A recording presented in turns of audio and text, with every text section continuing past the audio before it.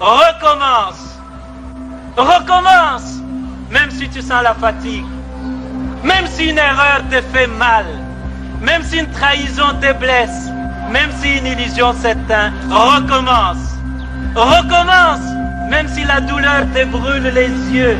Même si on ignore tes efforts. Même si les larmes de l'échec coulent dans tes yeux. Même si tu te sens incompris. Recommence. Recommence. Même si l'injustice semble toujours avoir le dessus. Même si tu sens la peur au plus profond de toi. Même si les autres abandonnent. Même s'il faut en payer les prix. Recommence. Recommence chaque jour avec patience et amour. Recommence au jour des soleils comme au jour des tempêtes. Recommence avec amour et sans jamais te décourager. Recommence pour Dieu, avec Dieu, comme Dieu. Recommence pour ton peuple, avec ton peuple.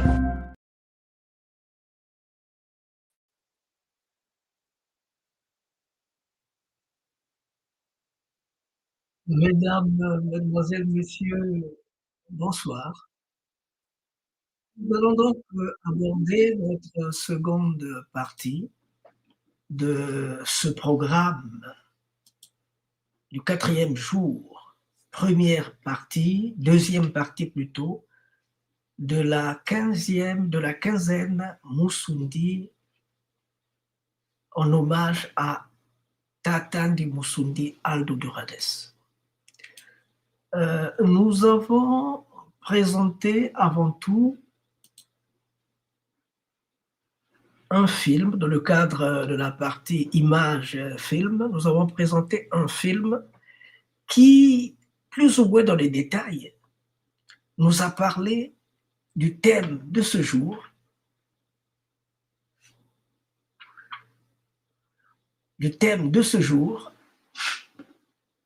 qui concerne l'implication des Musundi dans la libération, l'implication des Musundi dans la libération des Noirs d'Amérique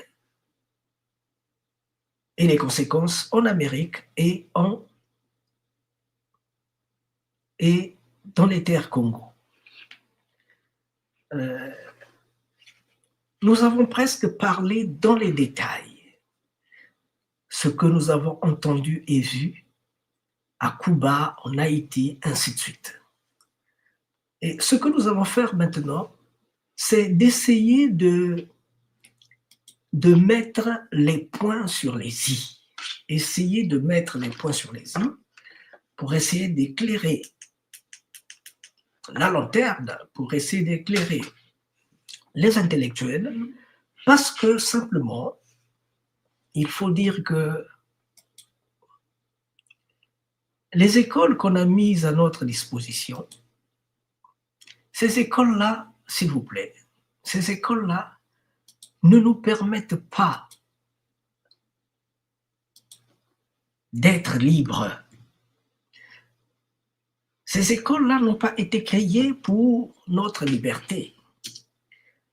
Ces écoles-là, comme toutes les activités qui ont été mises sur pied dans le cadre de la colonisation, n'avaient qu'un seul but, nous soumettre à l'esclavage, nous condamner à l'esclavage,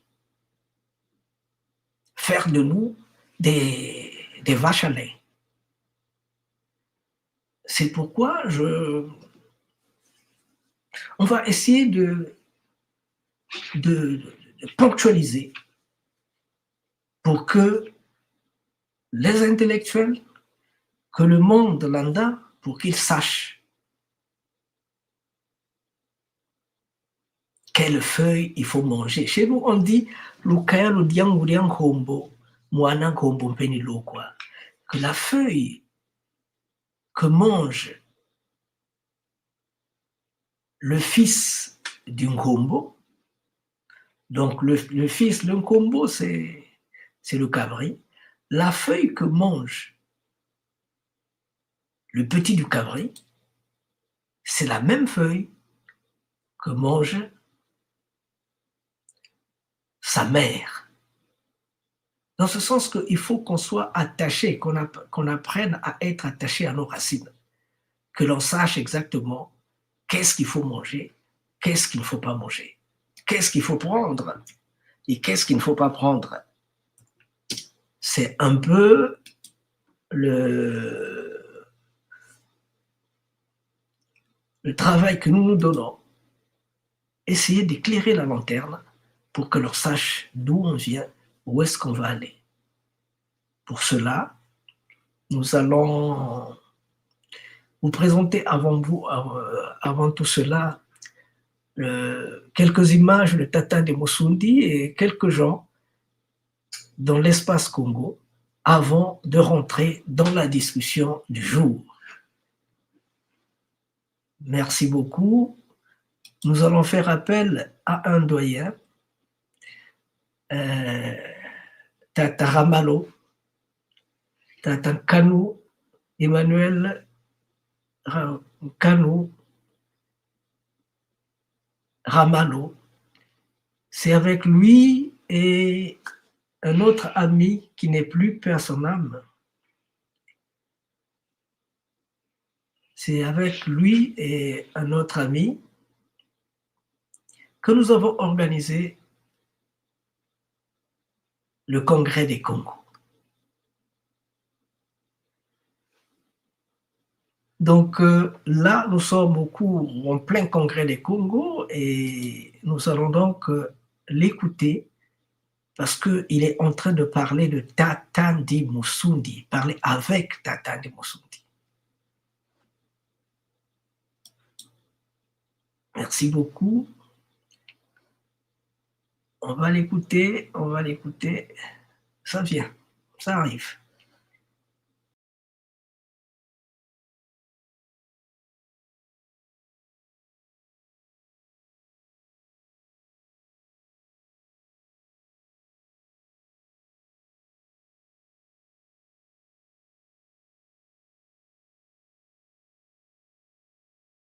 Aux enseignements qu'il a fait, j'étais assis loin. Des fois, j'étais dans mon bureau. Après, je me suis déplacé. Quand j'ai entendu sa voix, j'ai commencé à l'écouter. Je l'ai beaucoup écouté.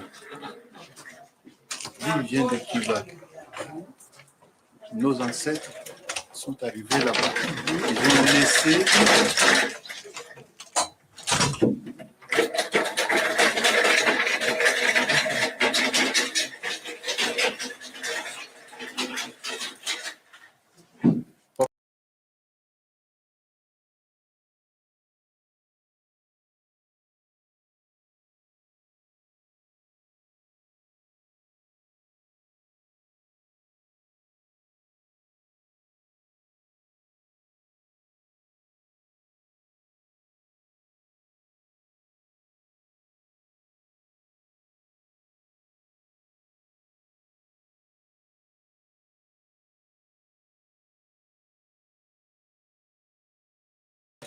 sont arrivés là-bas. Ils ont laissé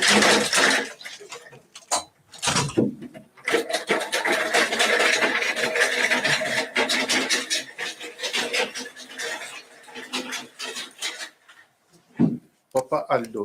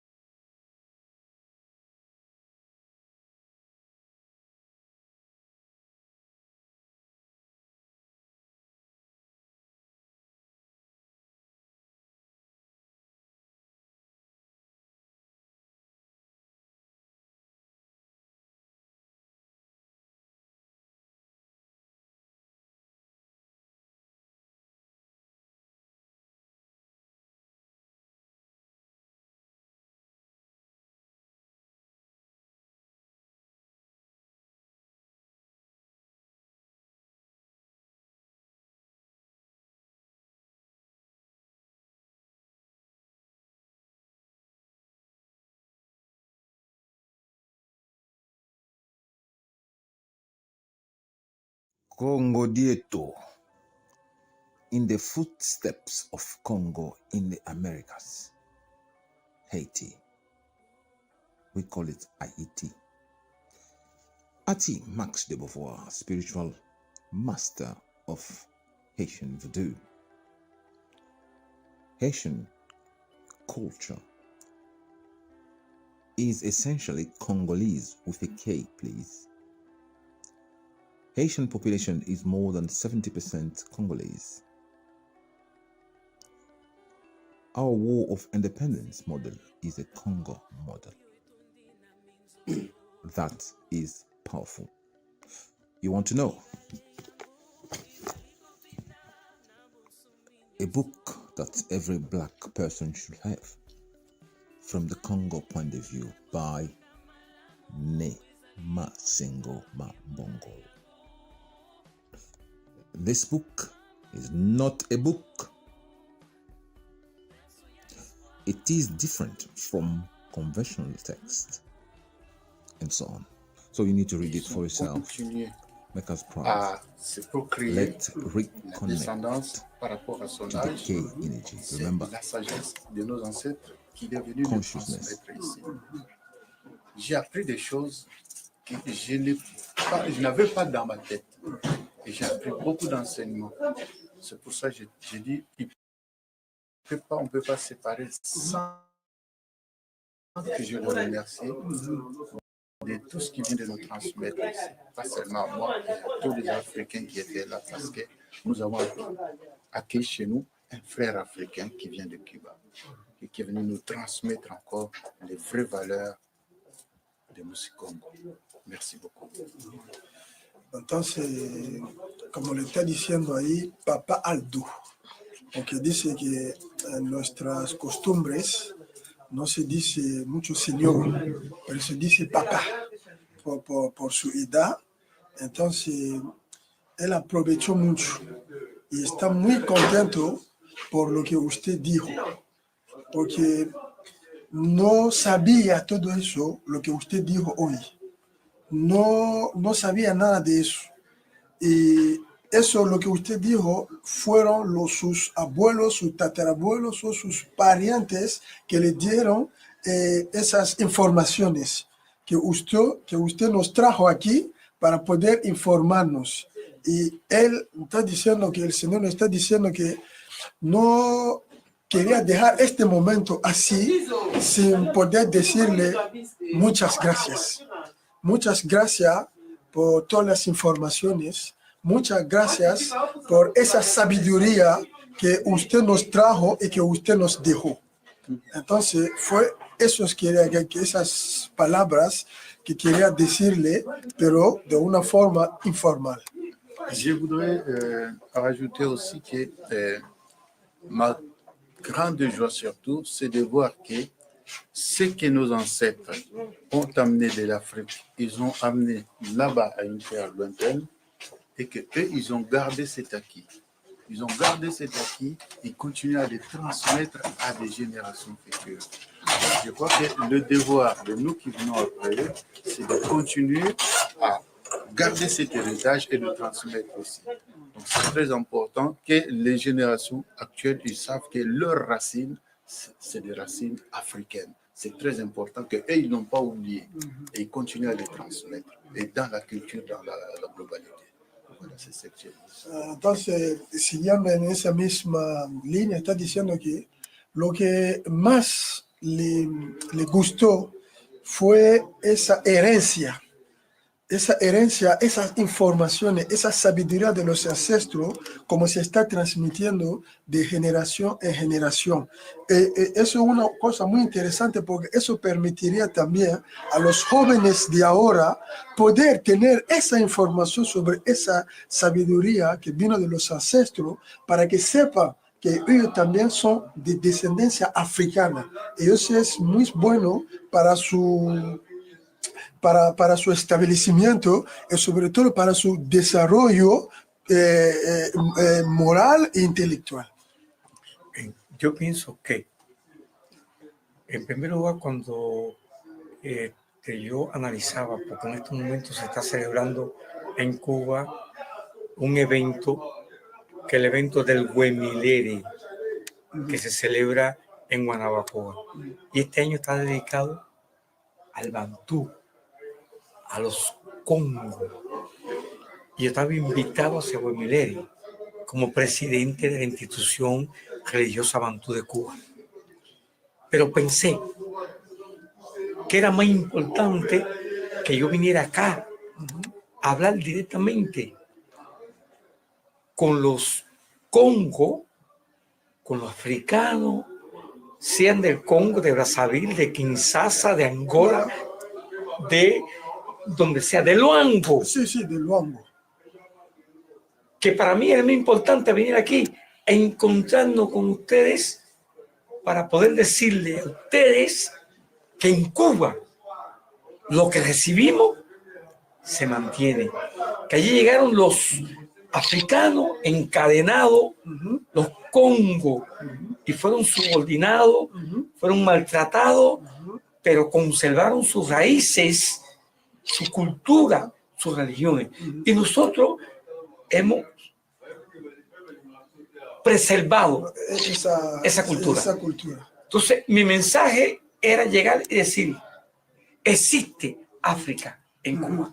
Si hay 13 millones de africanos, hay 12 millones que creen en África. Hay 12 millones de afrodescendientes que confían en África y que mantienen las tradiciones que ustedes llevaron hace 400 y pico de años a Cuba. Y que estamos en disposición de hacer un intercambio, un hermanamiento, una unificación, porque necesitamos despejar alguna incógnita que tenemos sobre el dialecto, sobre los conceptos filosóficos, porque ya nuestra religión allá se ha convertido en una religión afro-cubana a partir de nuestro entorno, cómo podemos nosotros llevar eso. Por tanto, era conveniente en mi presencia acá transmitirle el mensaje, aunque no estoy participando allá en el Huemilere, pero me llevo a dar un mensaje positivo de que están los Congos, de que existen los Congos y de que los Congos siguen en pie y que eso nos alimenta a nosotros y que en un futuro puede haber un hermanamiento favorable. Donc Papa Aldo, effectivement, il est en train effectivement de préciser qu'ici, sa présence ici n'est pas le fruit du hasard. Voilà. C'est-à-dire qu'actuellement à Cuba, dans sa ville, à Guanabo, c'est ça, à Guanabacoa. Actuellement, il y a un événement qui sont en train de célébrer là-bas. Ça s'appelle le Huemilere. Mais il a préféré être ici. Donc, c'est-à-dire qu'il a préféré être ici présent avec nous pour pouvoir effectivement nous transmettre toutes les informations que eux ils ont sur les Bantous, sur la descendance Bantou, parce que Papa Aldo nous dit, malgré toutes ces difficultés, malgré le fait que les Bantous, les Congos sont partis là-bas enchaînés, ils ont été opprimés, ils ont subi les pires des exactions, malgré tout cela, ils ont su garder toute leur culture, ils ont su garder toute leur spiritualité et ils ont su garder tout l'héritage qu'ils avaient, même qu'ils ont subi pendant toute la traversée. Donc, il était ici. En fait, sa présence ici pour témoigner qu'ils ont toujours gardé ça et que le message est toujours stable, que le message n'a pas changé. Donc, c'est pour cela qu'il est venu partager ça avec nous, dans le but surtout, avec le temps, de pouvoir favoriser un rapprochement fraternel entre toutes les cultures, entre tous les Congos, que ce soit le Congo du Congo-Brazzaville, le Congo de Luanda, le Congo de Kinshasa, pour que toute cette fraternité, en fait, nous puissions effectivement en sortir quelque chose de bénéfique pour tout le monde. Et je vais ajouter que ce qui est en train de se passer maintenant à Cuba, ça a été initié par Tatandi Musundi Aldo Durales, et c'est lui qui est en fait le président de la fête qui est en train de se faire à Cuba. Mais il a laissé tout ça parce qu'il a entendu d'autres appels. Además, il est venu nous transmettre. Además, toda la información. Au revoir. Allez, au revoir. Au revoir. Merci. todas las, Merci, papa. todas las información que yo llevo para Cuba, En outre, toutes les informations qu'il va apporter à Cuba, tanto en este encuentro fraternal como en literatura que llevo, en dialecto que llevo para Cuba. Creo que eso va a servirnos mucho a nosotros en Cuba para enriquecer. et donc il leur dit que tout ce qu'il va pouvoir rapporter à Cuba, que ce soit sur le plan littéraire, que ce soit sur le plan philosophique, que ce soit sur le plan des langues aussi, des langues, comment ce qu'on appelle chez nous, des langues vernaculaires, autochtones, ça va pouvoir enrichir en fait leur culture, leur savoir, et puis ça leur permettra en fait d'être encore plus près de nous par rapport de ce qu'ils étaient avant, parce qu'il va partir enrichi de tout ce qu'il a obtenu ici. Y fortalecer Et pouvoir fortifier la creencia les croyances en África en Afrique de todos los seguidores afrodescendientes. de tous ceux qui suivent en fait de tous les descendants afro-cubains ou bien afro qui se trouvent dans le monde entier. Hay una cosa muy significante que es que el evento se celebró en París, no en África, pero que este evento encabezado a través de la gestión de Masengo Mbongolo. Donc il nous dit qu'il y a quelque chose de très important qu'il faut souligner. L'événement n'a pas eu lieu en Afrique, mais l'événement a eu lieu ici à Paris, en France. Director de la Malakima Congo, avec notre frère, notre père, Masengo Mbongolo. Él visitó nuestro país. Il a visité Cuba. Y participó con los Musundi o los afrodescendientes del Congo. Donc il a participé avec les afrodescendants cubains, mais plus particulièrement les Musundi. Eso creó un compromiso a que en el momento que él nos invitara a nosotros a este festival, nuestra presencia tenía que ser firme. Donc c'était devenu une sorte de compromis. Vu que Masengo Mbongolo était parti sur place, il était avec eux, il a participé à tous les événements. Donc pour eux, c'était comme une sorte de dette, une sorte de dette morale. Donc il fallait qu'il soit présent ici, avec nous. Pienso que este evento queda para la historia. Donc cet événement, c'est pour l'histoire. Donde han llegado personas de distintos países. Il y a eu des invités de différents pays, différents pays plutôt. Y dentro de África, de distintas regiones. Donc, on sait même de l'Afrique, de plusieurs régions. Se reencontraron, se unieron y todo el mundo se abrazó. On s'est tous embrassés, tout le monde était là. En un abrazo fraternal.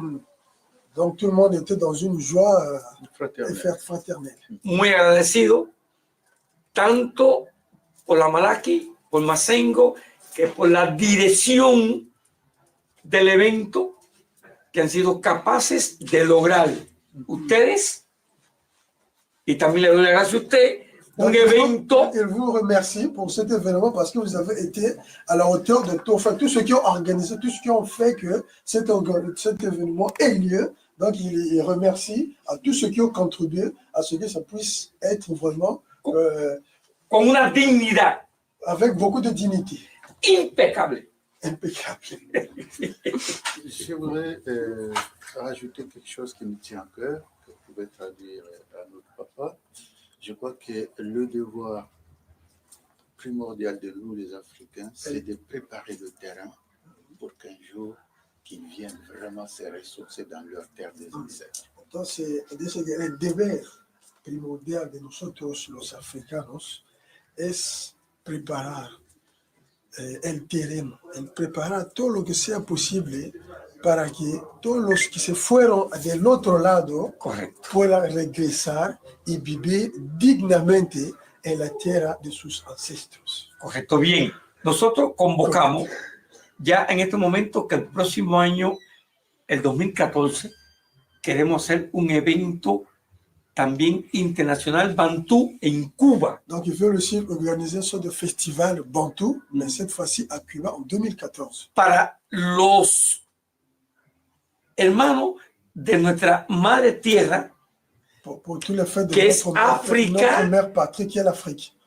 visiten nuestro país Pour qu'ils puissent visiter Cuba. On va coordonner. y se encuentren con los afrodescendientes. Pour qu'ils puissent se rencontrer avec tous les afro-descendants vivant à Cuba. Mais je pense que dans toute l'Amérique latine aussi. Creo que esa espiritualidad va a lograr algo muy bueno para el futuro, tanto de Cuba como de África. Donc, il dit que ce festival va contribuer vraiment pour pouvoir créer un développement pour l'Afrique, mais aussi pour les Cubains. Parce qu'en fait, ce sera une sorte d'échange fraternel des deux peuples qui ont été séparés avec tous les événements. Voilà. Imagínate que un africano que sus bisabuelos fueron llevados a Cuba, llegue a Cuba en estos momentos y encuentre a cubanos hablando el dialecto que hablaron sus abuelos. Donc imaginez-vous qu'un Africain se rende à Cuba aujourd'hui et que ses ancêtres, vraiment des ancêtres, parce que là on parle de 1622, et qu'il rencontre des Cubains aujourd'hui qui parlent les mêmes langues maternelles que ceux qui parlaient ses ancêtres. Voilà. Ça va vraiment être quelque chose. Mais c'est ce qui nous est arrivé. Voilà. Gracias, muchas gracias. Merci beaucoup. Masengo, Maimbongolo. Masengo, gracias. Malaki Macongo, gracias. Malaki Macongo, merci. Merci beaucoup. Grazie a todos. Mucho obrigado.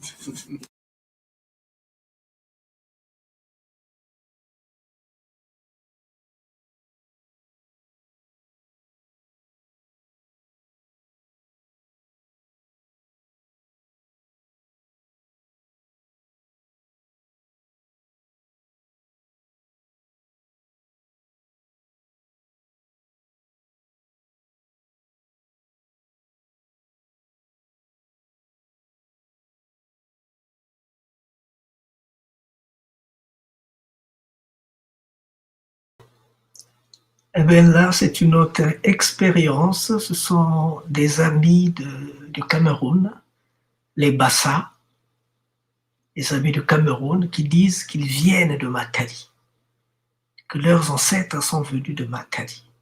Matadi, c'est au Congo.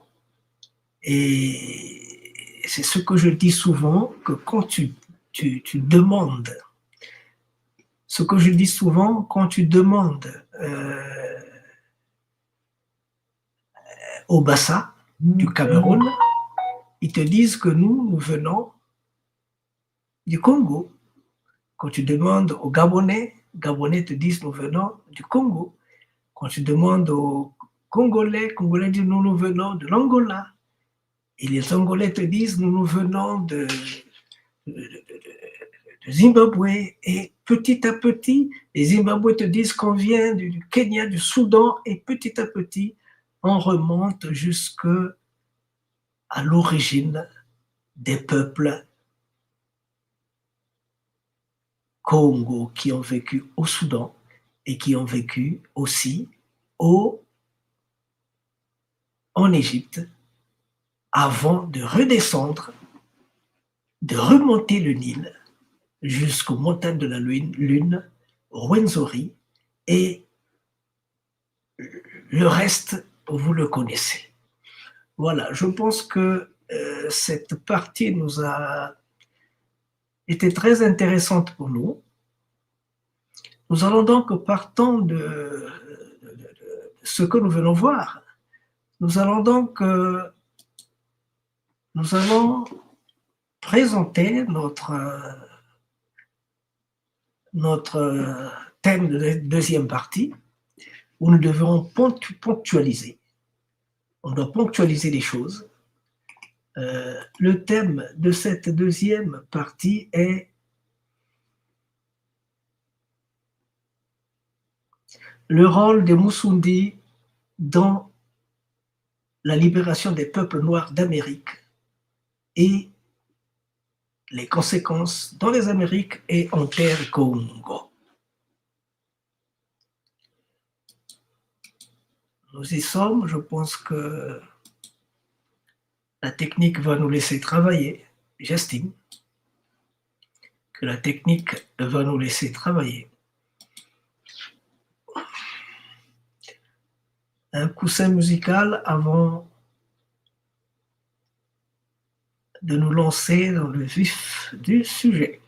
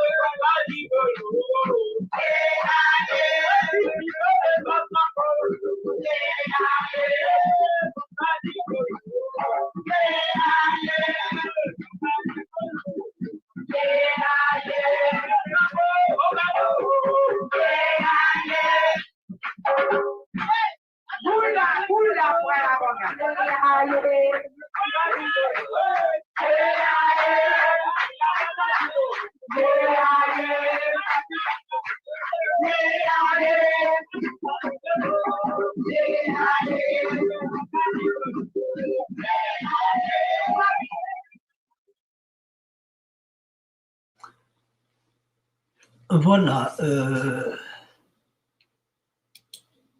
notre thème du jour s'intitule « Nous allons donc parler de manière générale des Sundis, et puis après nous parlerons du rôle, le rôle des Sundis dans la libération des peuples noirs d'Amérique. »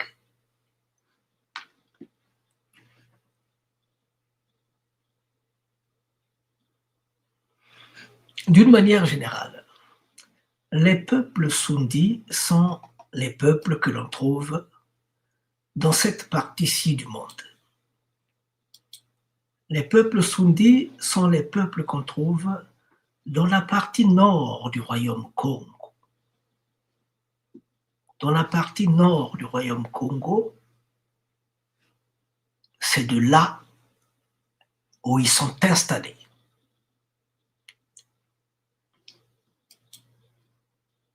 Les peuples Sundis, d'une manière générale, sont les gestionnaires du royaume.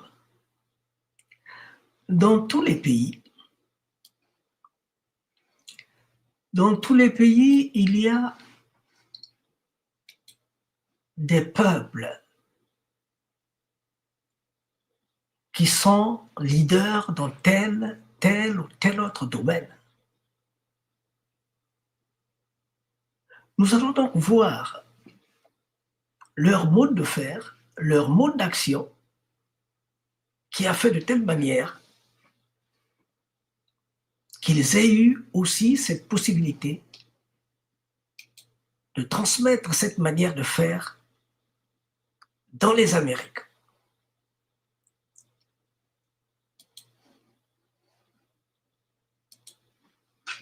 C'est de cela que nous allons insister aujourd'hui.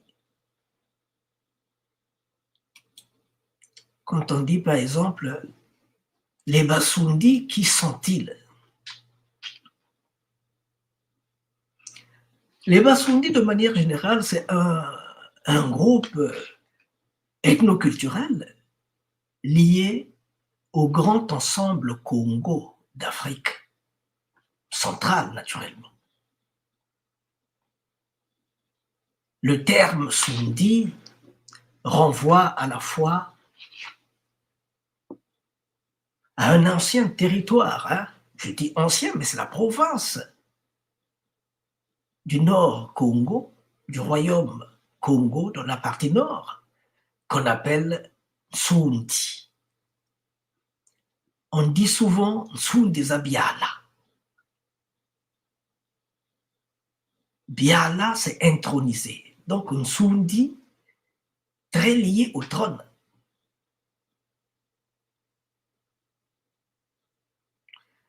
On dit Nsundi pour les habitants et Basundi pour le pluriel. Musundi pour le singulier, Basundi pour le pluriel.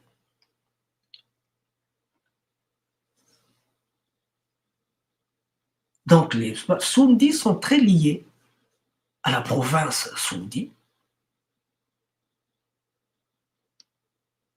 qui a beaucoup d'importance, presque la plus importante au niveau du royaume Congo. Comme j'ai dit, ils sont situés dans le nord de l'Angola. On les trouve donc dans le nord, la partie nord de l'Angola.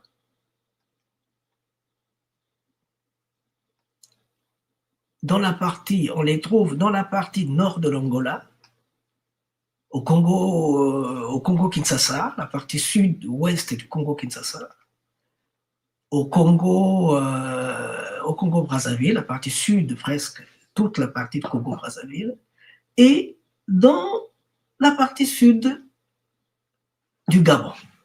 C'est là où vous trouverez les Basundi.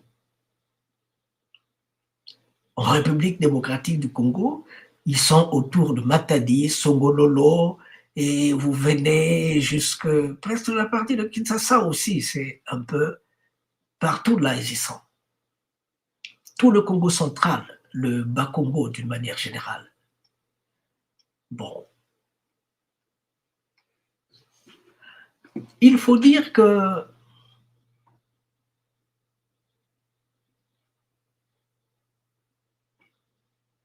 celui qui gouverne dans le Nsundi, on l'appelle le Maninsundi. Souvent, il est membre de la famille royale. Il assure souvent l'intérim du roi dans le cas où il y a vacances de pouvoir. Donc il est, comme on dit, il est successeur potentiel. Il est successeur potentiel du roi.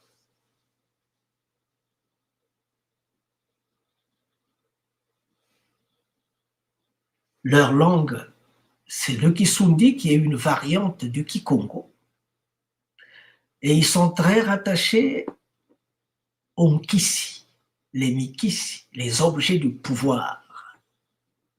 Ils sont très rattachés à la sculpture, les traditions initiatiques, l'organisation sociopolitique clanique. C'est pourquoi on dit Sundi Zabiala.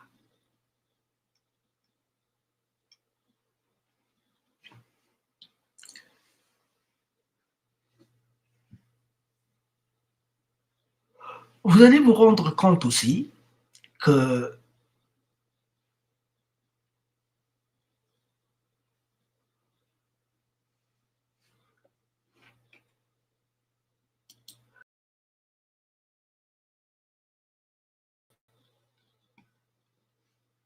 parler d'Nsundi, c'est parler de cette énergie. Attendez que je puisse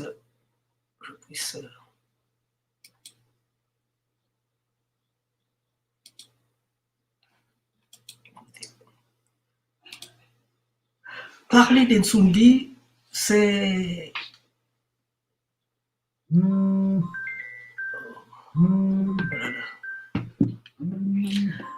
parler d'Nsundi, c'est parler de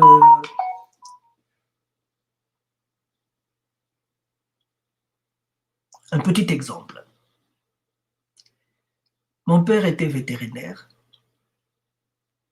dans des fermes, dans les bas-fonds du Congo, où vous trouverez des animaux qui sont nés et qui ont vécu pendant 5 ans sans avoir vu des humains. Et souvent,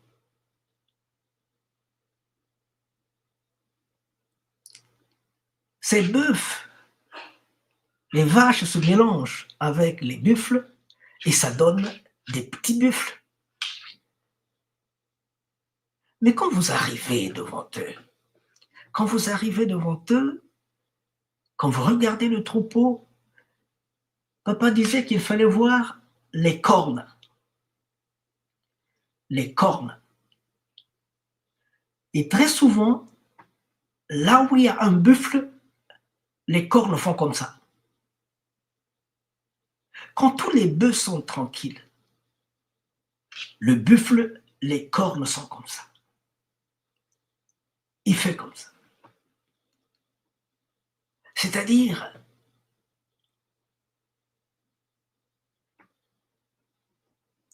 qu'ils ne sont pas tranquilles comme tous les autres animaux. Mais ils sont très alertes. Ils sont très alertes. Et ce spirit Musundi, c'est un spirit, quand vous entendez Sundi, ça vous rapproche à Sunda. Sunda, c'est quoi? C'est la profondeur, ce qui est vraiment profond. Sundi, ça vous ramène à Soudan. Et certains vous diront que les peuples Congo, dans leur remontée, avant même la remontée, ils étaient d'abord au Soudan, avant d'aller vers l'Égypte, et en 320, remonter le Nil jusque dans les terres du Zimbabwe, avant de contourner le Zimbabwe pour aller dans l'actuel Congo. Donc le Soudan, c'est très lié à Saoud, et les Arabes, quand ils parlent de Saoud, ça veut dire noir. Le Nsundi est très lié au Soudan, c'est très lié au mot noir, c'est très lié aussi quand ce qui est profond, Sunda, ce qui est très profond.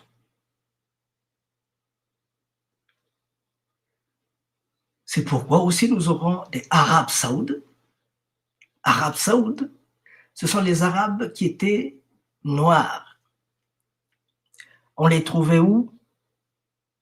En Arabie Saoudite. Arabes Saoud. Ce sont des généraux noirs qui dirigeaient là-bas avant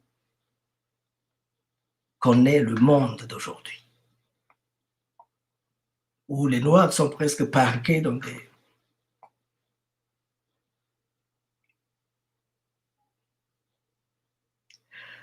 Donc le mot Sundi est très lié aux racines des hommes noirs. Le mot Sundi est très lié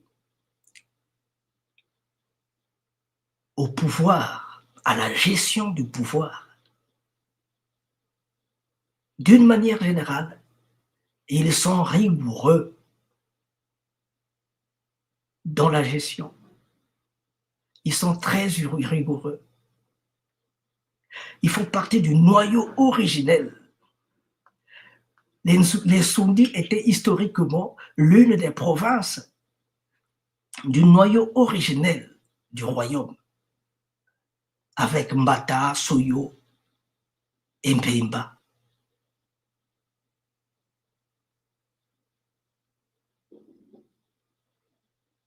Son importance, l'importance de la province Nzundi, vient de sa position stratégique. Une position stratégique dans la vallée du fleuve. Ils sont situés à cet arbre-là. C'est une zone frontière. Si dans le bas du Congo, en Namibie, l'ultime frontière en Congo, Namibie au Congo veut dire l'ultime frontière. Si dans l'ultime frontière, il n'y avait pas trop de danger, mais dans la partie nord, il y a d'autres peuples. Par conséquent, pour des régions d'échange, des raisons économiques, ainsi de suite, il fallait donc prévenir plein de choses.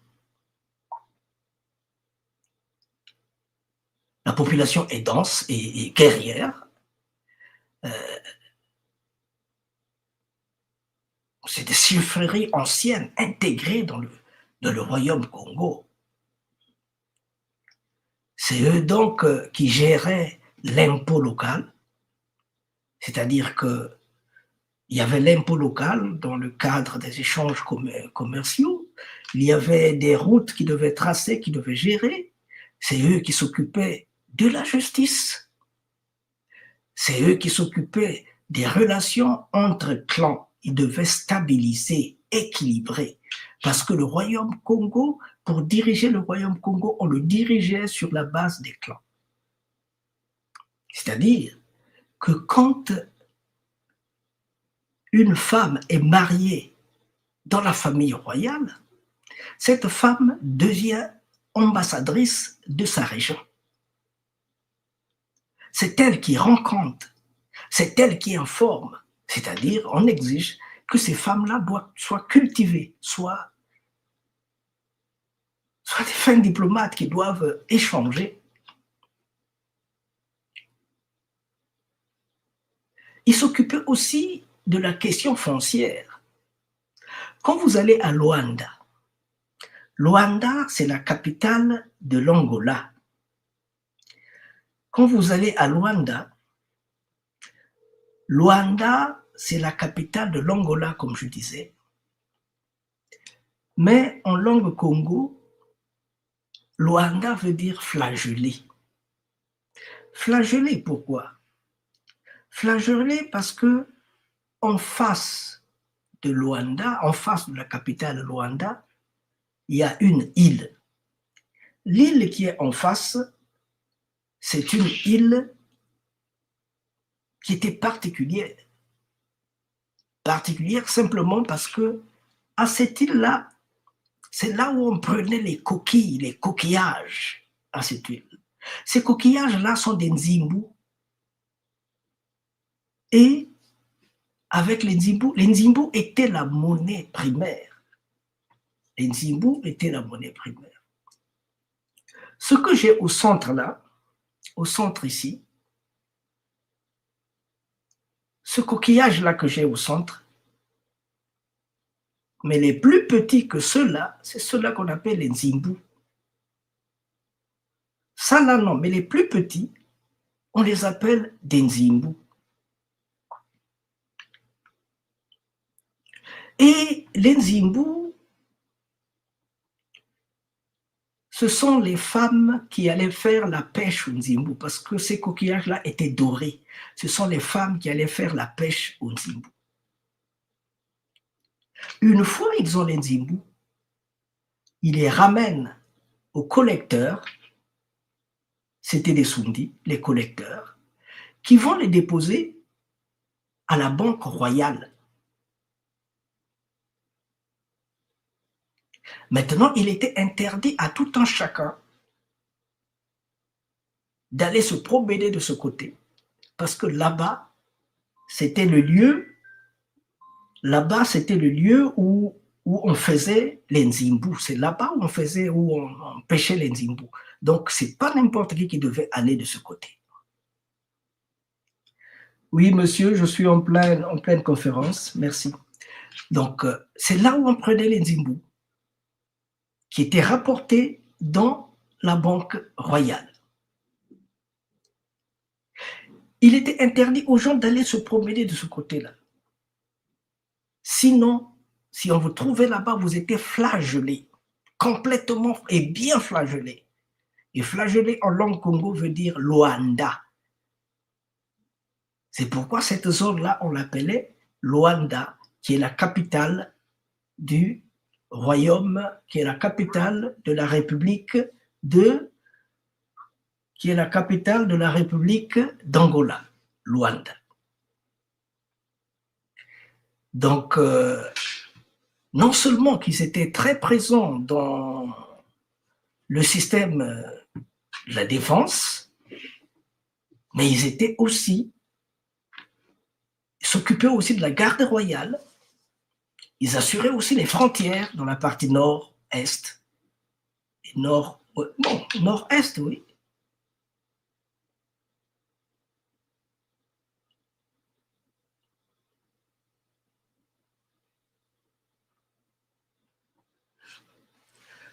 Il faut dire d'une manière générale que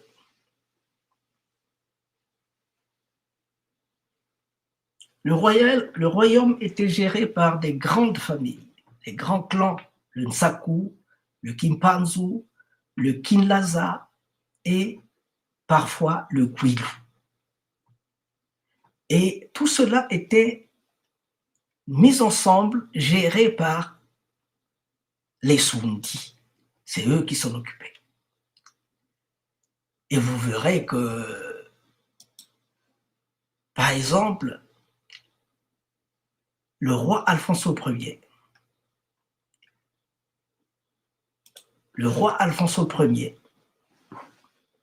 il était Sundi. Le roi Alfonso Ier était Sundi. Le premier ambassadeur noir au Vatican, Nevunda, il était Sundi. Ah, le roi Alfonso Ier, c'est Nzinga Vemba, de son vrai nom, Nzinga Vemba. Nsaku Nevunda, lui, il est Sundi aussi.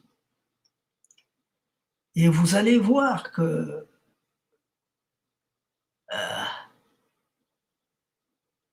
je parie que même cet homme-là, cet haïtien, qu'après la mort, pouvait être Sundi aussi. Alors,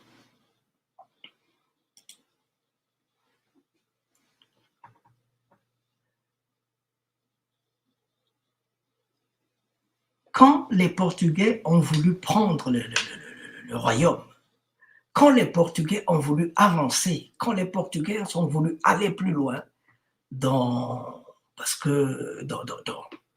la mise de la même base du royaume, le roi a dit non, je ne vous montre pas les chemins de, comment on appelle ça, je ne vous montre pas le chemin des minerais, parce qu'il voulait qu'on leur montre des chemins de minerais. Lui, il disait non, je ne vous les donne pas. Je ne vous donne pas la carte pour aller prendre les minerais. Je ne vous donne pas aussi la possibilité de continuer à faire l'esclavage. Parce qu'en 1526, le roi Alfonso Ier avait écrit au roi du Portugal, lui disant que vous êtes en train de dépeupler ma population. Vous êtes en train de dépeupler ma population. Les gens que vous amenez ici, au lieu de prendre en charge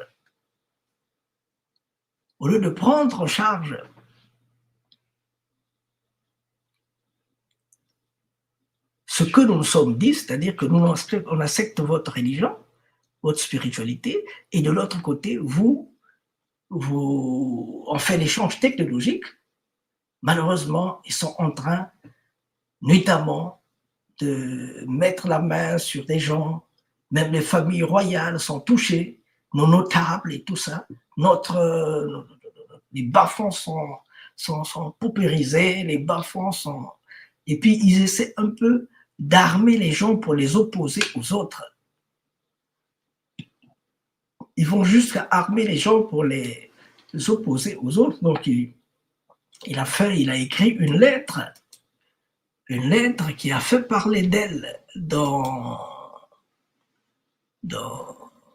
l'histoire du royaume, hein, parce que c'est la première lettre de protestation qu'un roi africain a écrit. Il a écrit au roi du Portugal. Malheureusement, le roi du Portugal n'a pas tenu compte de cette lettre-là. Et qu'est-ce qui en est suivi? C'est que là, nous sommes en 1526. Qu'est-ce qui s'en est suivi? C'est que en 1600, attendez s'il vous plaît,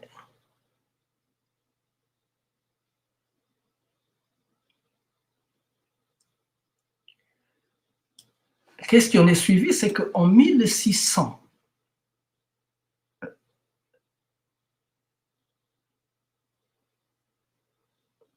en 1604, parce que la lettre qui a été envoyée en 1526 n'a pas eu de suite, en 1604, le royaume a envoyé cet homme-ci. Ce royaume a envoyé cet homme-ci pour aller demander au roi, pour aller demander au pape, qui ne voulait plus travailler avec le Portugal et l'Espagne, mais qui voulait travailler directement avec le Vatican. Parce que le Vatican, en ce temps-là, était comme l'OTAN, était comme la communauté européenne, pour parler de ça. C'est lui qui gérait tous les autres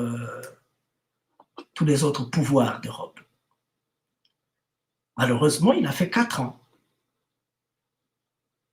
Il devait passer donc du Congo, il devait partir au Brésil et après continuer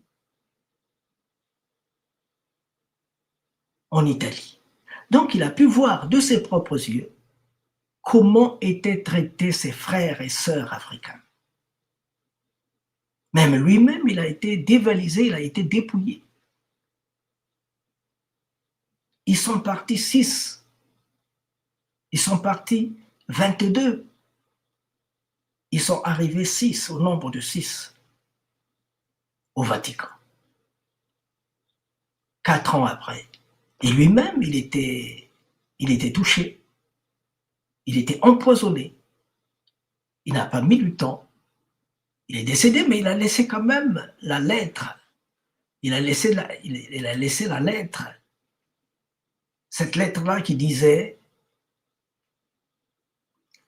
Il a laissé la lettre qui disait que le Congo ne voulait plus rester sous la tutelle portugaise, espagnole, parce que c'est l'Espagne qui gérait le Portugal aussi. Mais qu'il voulait mieux travailler, qu'il trouvait mieux de travailler avec directement le pape, qui est le représentant de Dieu selon eux. Et la logique voudrait que, quand on est chrétien, on ne doit pas être pris en esclavage, parce qu'ils pensaient que c'était la norme, que c'était la logique,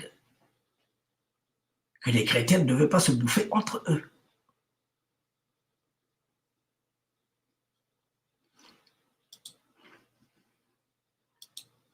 Malheureusement, le roi belge, le roi portugais, malheureusement, même le pape, il ne pouvait plus rien parce que déjà, en 1500,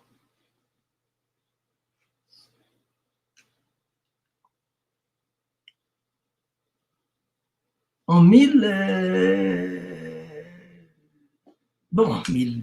16e siècle, 16e, je pense bien, oui, il y avait déjà la bulle papale qui était sortie, la bulle papale qui donnait l'autorisation aux Espagnols, aux Portugais, d'aller dans leur basse-tour en Afrique, de ramasser toutes leurs richesses, de ramasser tout ce qu'ils avaient, de les plier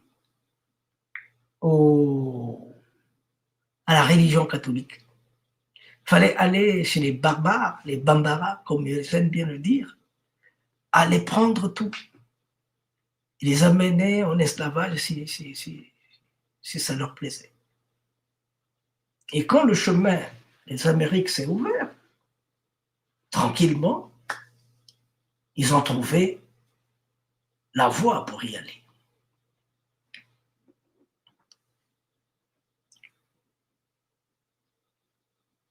Donc, ni la lettre du roi, le roi Alfonso Ier, ni la présence de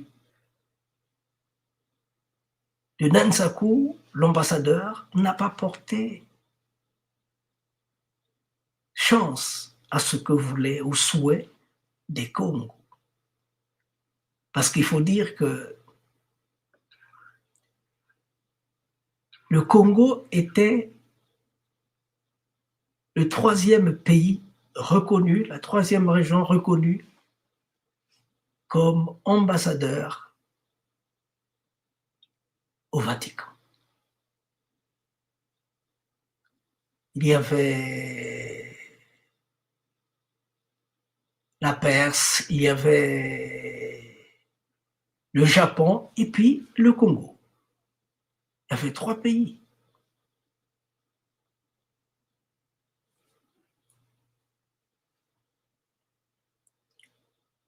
Et quand donc comment on les appelle, les Portugais qui n'obéissent pas à tout ce qu'ils signent, c'est-à-dire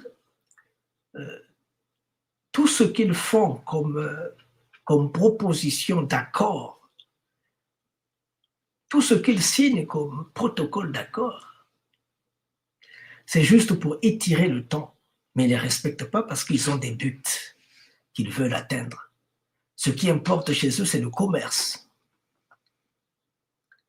Donc, tout ce qu'ils ont mis sur pied avec les Congos ont renié une partie de leur identité pour la fusionner avec l'identité chrétienne. Les Congos sont devenus chrétiens. Et quand le roi Congo devient chrétien, tous les autres citoyens Congo deviennent aussi chrétiens ipso facto. Et il était interdit au royaume Congo de pouvoir utiliser la médecine traditionnelle parce qu'ils avaient peur. Ils avaient peur que cette médecine puisse... Ils avaient peur que cette médecine puisse aider les révoltés congolais à faire face au pouvoir guerrier, au pouvoir militaire des Portugais. Donc, il était interdit d'utiliser les feuilles, interdit d'utiliser les racines, les écorces, tout ce qu'il fallait pour se traiter, physiquement comme psychologiquement. Il fallait tout bloquer. C'est ce qui était fait. Et de l'autre côté, il fallait juste utiliser la nivaquine, l'aspirine, la médecine européenne. Alors, ironie du sort, la mère, la fille, la sœur du roi était enceinte, elle était à terme, elle devait accoucher. Malheureusement, s'il vous plaît, malheureusement, l'enfant venait les pieds en avant. Et l'enfant avait des difficultés, la femme avait des difficultés de mettre au monde. Un jour, 2 jours, le 3e jour, elle commençait à pâlir. Et c'était de notoriété publique que la mère du roi, Maman Polo, Apollinaire, la mère du roi, était une maîtresse, je disais une déesse du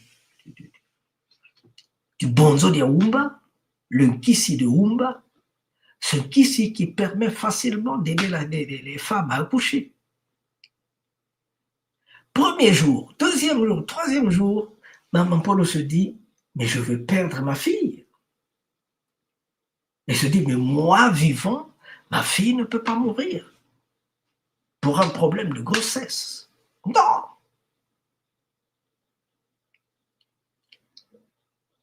Au troisième jour, quand elle s'est rendue compte que sa fille n'arrivait pas à accoucher, alors, elle est allée derrière la maison, elle a pris telle feuille, telle racine, telle écorce, ainsi de suite, les feuilles, machin.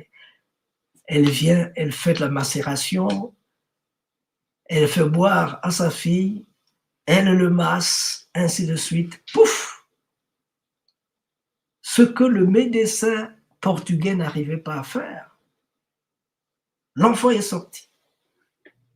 Le médecin portugais était fatigué, il dit non, non, non, c'est pas possible, je ne peux pas. S'il meurt, tant mieux, moi je ne peux pas. La mère dit non, mais pas ma fille, elle doit mourir comme ça. Donc la mère a aidé la fille à accoucher.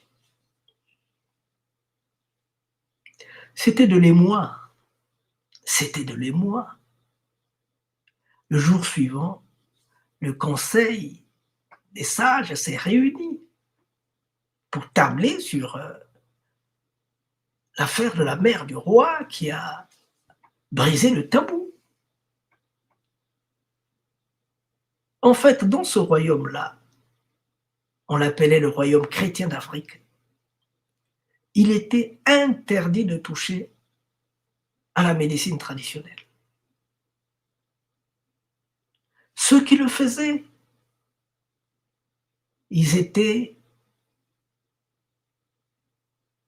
on allait brûler leur hôtel, ou bien ils étaient arrêtés et enterrés vivants. Le conseil s'est tenu, on a fait venir la mère du roi devant le roi. La mère a reconnu d'avoir usé des pratiques ancestrales parce qu'elle ne pouvait pas se permettre que sa mère puisse mourir et son fils puisse mourir. Donc, elle a admis d'avoir commis ce que je viens de dire. Elle était condamnée à mort, être enterrée vivante. Quand vous allez à Mbanza Congo, on va vous montrer cette place-ci. C'est la tombe de la mère du roi Alfonso Ier, le roi chrétien. Ça, c'est la tombe de la mère du roi Maman Polo. Elle était enterrée ici, vivante, s'il vous plaît.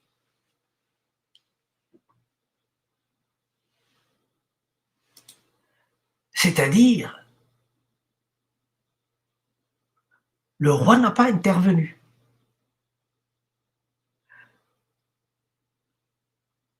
Le roi n'a pas usé de son pouvoir pour essayer de maquiller les choses.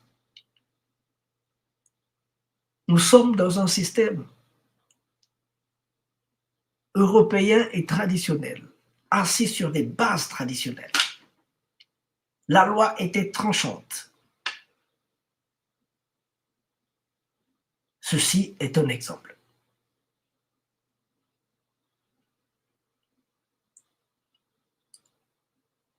Quand ils se sont sentis être attaqués par ils ont senti la pression des Portugais qui voulaient des esclaves, qui voulaient l'or, le diamant et le reste, ils ont dit non, on ne peut pas continuer à travailler avec vous parce que vous ne respectez pas nos principes. Le jeudi 29 octobre 1665, les Portugais ont pointé à l'horizon. De Mouila, les Congos ont dit, nous sommes là aussi. Et c'est ainsi qu'il y a eu une guerre incroyable. Une guerre incroyable. Le roi lui-même était sur le terrain.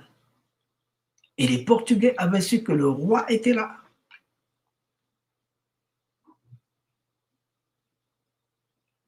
Et quand le roi se déplace, la garde républicaine, formée des Ntsumi, et tous ces militaires Tsundi, ils étaient en pleine forme, ils étaient en force à Mouila. La guerre qui avait commencé très tôt le matin, vers 17h, ils avaient réussi à toucher le roi. Et ils ont essayé de résister, de le protéger. Malheureusement, les Portugais avaient des moyens beaucoup plus forts. C'est ce qui a fait qu'il y ait de la retirade. Mais il y a eu des gens, beaucoup de gens étaient morts, beaucoup de gens sont tombés dans des filets. Dans la majorité des Sunti, le roi était... On a demandé, vers 17h30, on a demandé au roi de dire son dernier mot. Il a dit Congo Tadi, Kadibaswe Bansinga, que Congo est une pierre qui ne doit s'effriter, mais elle doit être comme des fibres qui se tendent et se détendent sans jamais rompre. Sa tête était coupée. Les gens avaient retenu l'ultime parole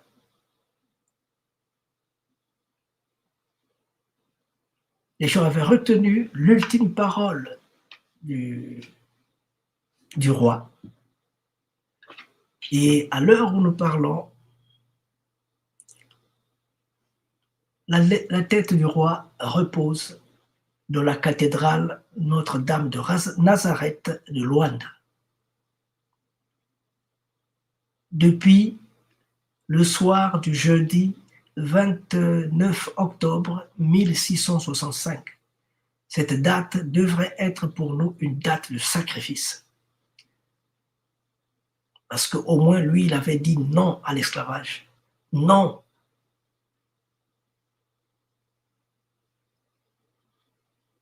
Non à la dépravation des minerais comme ça, qu'ils les prennent comme ça sans payer grand-chose.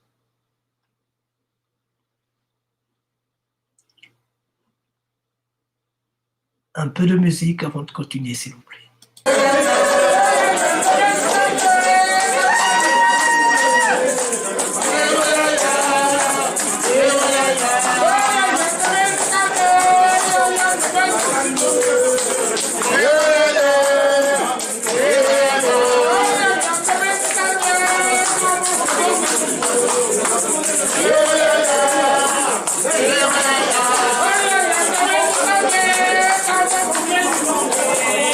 Yeah.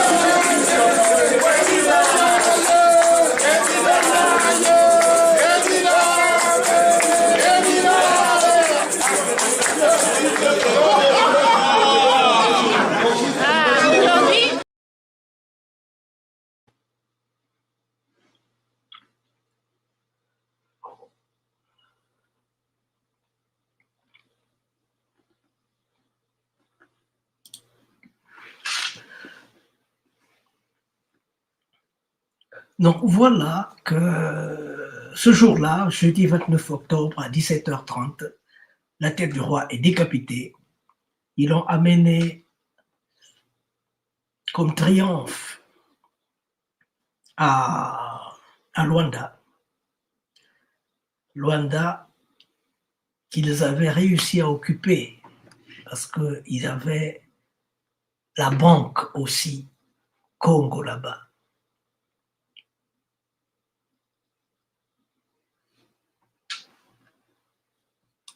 Donc voilà un peu ces hommes-là qui étaient catégoriques, qui étaient bien organisés, qui vivaient dans un royaume qu'ils occupaient depuis une partie de terre qu'ils ont occupée depuis le 7e siècle plus ou moins, qu'ils avaient réussi à organiser, à en faire un royaume fédéral. Ils s'asseyaient pour régler les problèmes, même pour nommer un chef. Ils s'asseyaient pour nommer des chefs.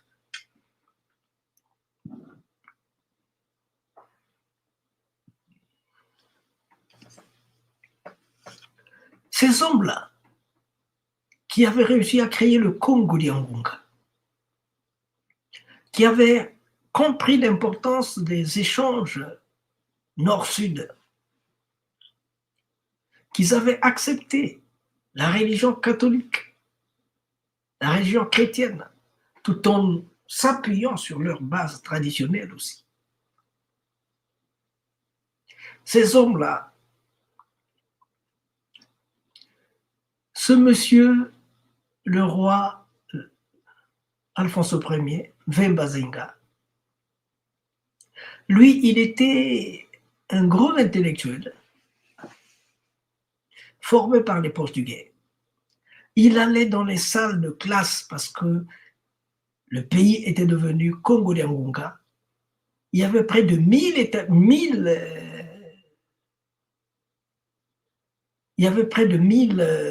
églises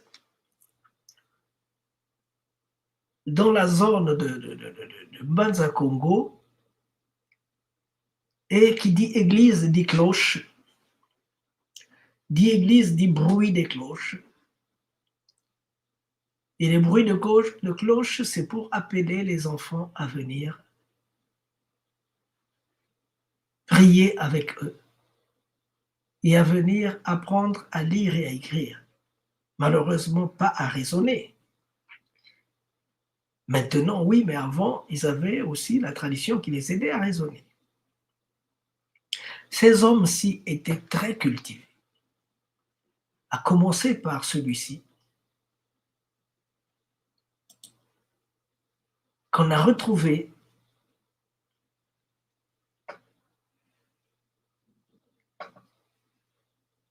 au Vatican. Il parlait près de 8 langues, près de 5 langues étrangères, en dehors des langues Congo. C'était un fin diplomate, un homme très instruit et très courtois.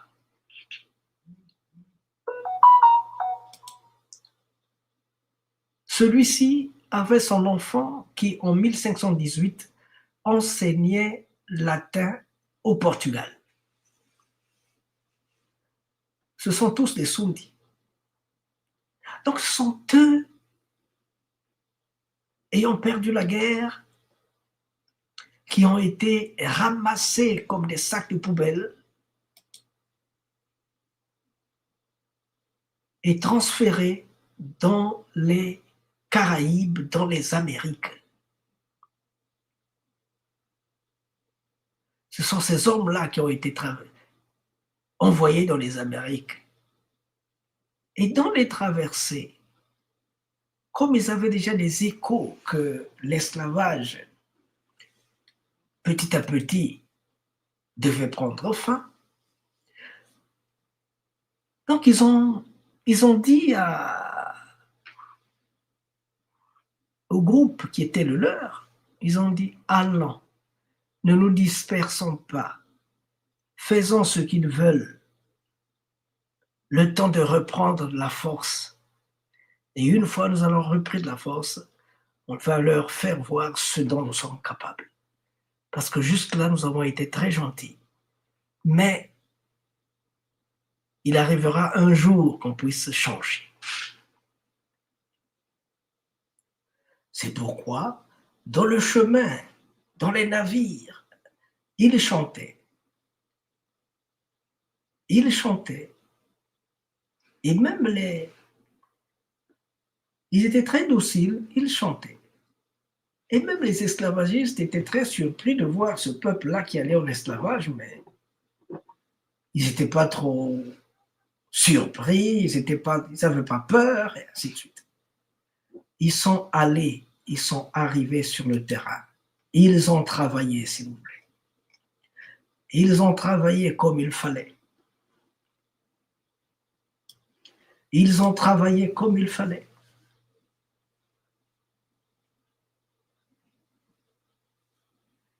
Là-bas, ils ont essaimé plein de choses.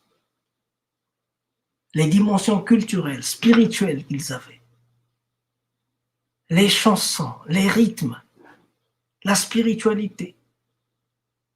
Quand vous allez en Haïti, il y a le Petrolemba. Le Petrolemba, parmi les spiritualités Congo, on la trouve, le Lemba, on le trouve beaucoup plus dans les terres Sundi. Et le Lemba, s'il vous plaît,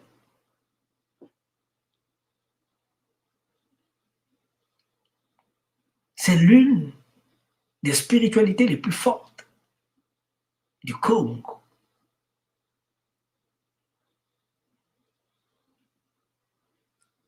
Et le grand maître du Lemba qu'on a mené dans les Amériques, il s'appelait Don Pedro. C'est pourquoi on entend parler du Pedro Lemba. Donc c'est quelqu'un qui manipulait la spiritualité européenne et la spiritualité africaine. Alors, quand ils ont décidé de se retrouver à Bois-Caïmo, ils se retrouvaient dans ces grottes-ci, s'il vous plaît. Ils se retrouvaient dans ces grottes-ci. Quand vous allez, là je suis à Bois-Caïmo, ça c'est moi, je suis à Bois-Caïmo là, en Haïti. Ils se retrouvaient dans ces grottes pour discuter de tout ce qu'ils pouvaient.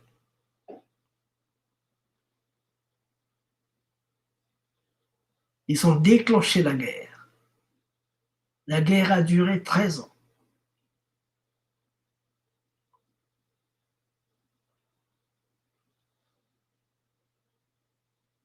Et tout le monde, tous ceux qui connaissent Haïti, tous ceux qui connaissent tous ceux qui connaissent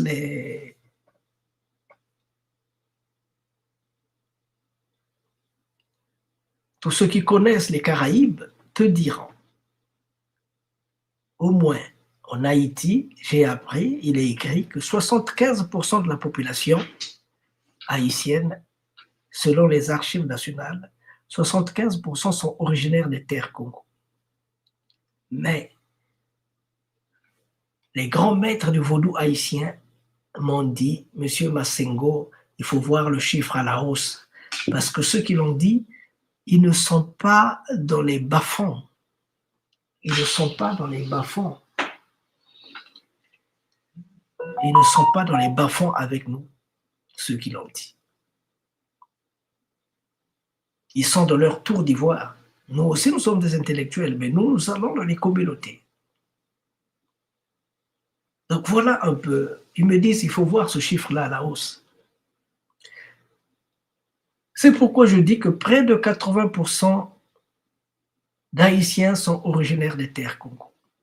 À Cuba, le directeur de Casa de l'Africa,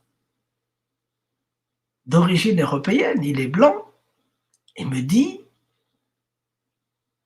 à Cuba, 80% d'afro-descendants sont originaires des terres Congo. Ce qui est vrai à Cuba l'est dans tous les autres pays.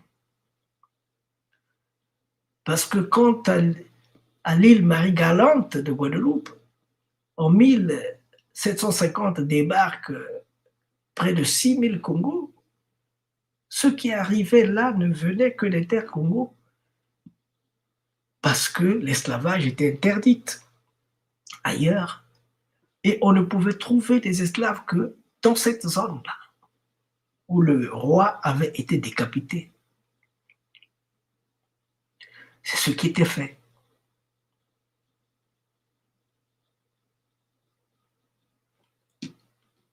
Et dans cette guerre de tranchées, il était dit,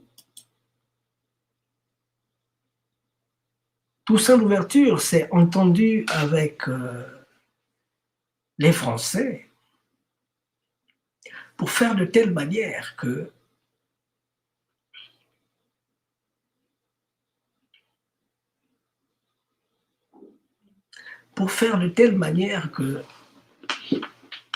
la Guadeloupe puisse être transformée en département français. Non, Haïti soit un département français, comme la Martinique, la Guyane, la Guadeloupe. Et déjà, les enfants de Toussaint Louverture étaient au bon soin des Français. Ils étudiaient en France. Donc, c'est un peu comme ça que les choses sont allées. Malheureusement, les Congos qui étaient, malheureusement, Dessalines lui-même, il disait non, nous, on ne peut pas travailler la main de la main avec ces hommes-là parce que ils ont une langue fourchue. Aujourd'hui, ils disent une chose, demain, ils disent une autre. D'une manière générale, les grands groupes Congo ne disaient que ça aussi, que nous avons travaillé avec eux en terre Congo, mais ne respectent pas les protocoles. Ils ne respectent pas, même les paroles divines, ils ne les respectent pas.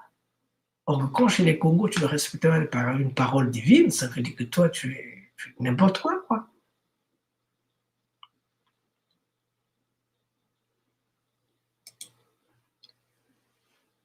Nous sommes ici en 1560.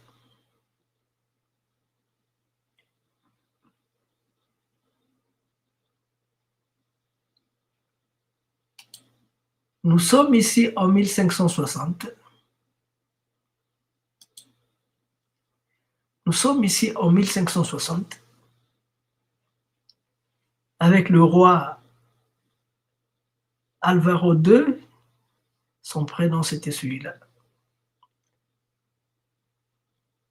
Son nom Congo, il était là, je ne l'ai plus dans la tête.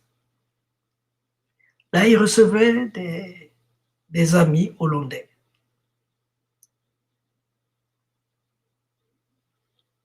C'était des gens très instruits, c'était des gens très forts. Malheureusement, les Portugais avaient des armes plus développées que les leurs, plus perfectionnées.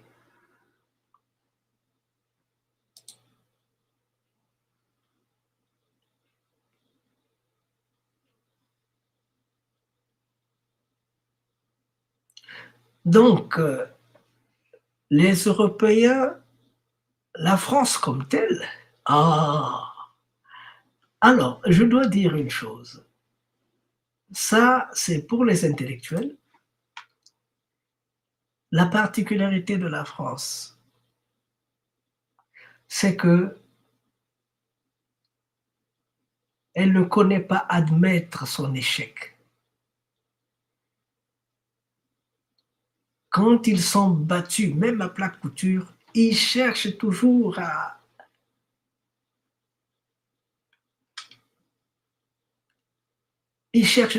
par n'importe quel subterfuge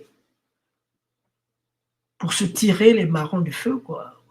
Pour tirer les marrons du feu de leur côté. Malheureusement, deux fois plus ils le font, et mieux le nœud se resserre. Je ne parlerai pas de Bonaparte, je parlerai seulement de De Gaulle. De Gaulle est venu au Congo. Quand on l'a chassé partout là, il est venu au Congo. Au Sénégal, on l'a chassé, partout on l'a chassé. Il a trouvé refuge au Congo. Il y a vécu pendant 4 ans. On avait construit une maison pour lui qu'on appelle Case des Gaules. Case des Gaules, ça y est encore présent. C'est même la résidence de l'ambassadeur français. Case des Gaules.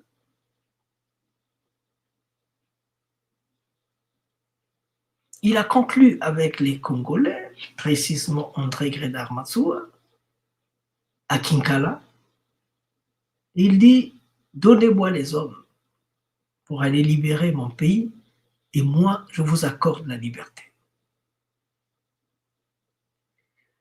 À Matsuwa, tu peux tout dire, sauf lui parler de liberté. Ça, en tout cas, il baisse la garde.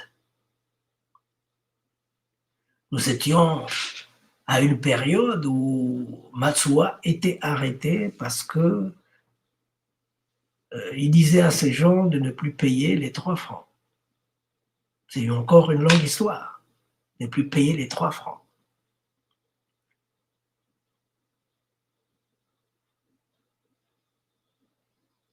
Il y a des gens qui, pour ne pas payer les 3 francs, ont été brûlés vifs. Ils ont refusé de payer les 3 francs. Je préfère mourir que de payer votre argent. Vous avez boycotté notre mutuelle des originaires de l'Afrique équatoriale française. Vous nous imposez une autre mutuelle, la CIP. Et malheureusement, on se rend compte que la première mutuelle était créée par vous et dans notre intérêt, mais la seconde mutuelle est créée par vous et dans votre intérêt. Parce que la seconde, ils viennent vous donner des semences et des outils de travail, vous travaillez, et eux, ils viennent, ils fixent le prix. Ils achètent au prix qu'ils veulent. Et ils vont aller revendre à un prix fort. Ils disent non, on ne peut pas fonctionner comme ça. Donc, il y avait une forte tension entre les Congolais et la France. Malheureusement.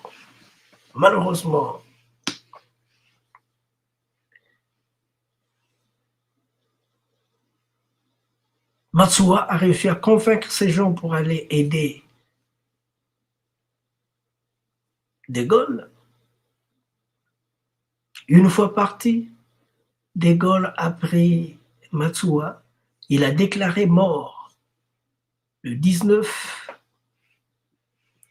septembre. Il a déclaré Matsuwa mort à Mayama, mais il l'a mené dans d'autres lieux. En 1956, le roi du Maroc a dit « Nous étions ensemble au bagne français de Madagascar. » En 1956, on les a libérés ensemble, ils sont venus, ils sont descendus avec son père. Lui avait 6 ans, c'est son père qui était prisonnier, mais lui de même aussi. On les a libérés chez eux au Maroc et ils ont continué avec leur colis ailleurs. Ça, c'est en 1956. Donc, je disais que les Français, c'est des gens qui, une fois, ils sont battus économiquement, ils sont battus, militairement, ils sont battus, mais au lieu de laisser prise et de changer d'autres méthodes de collaboration, comme font les Anglais et les autres, non. Ils passent à d'autres systèmes. Ils font la guerre spirituelle.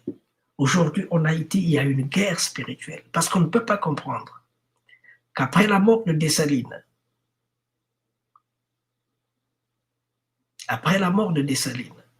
pendant 46 ans, il était interdit de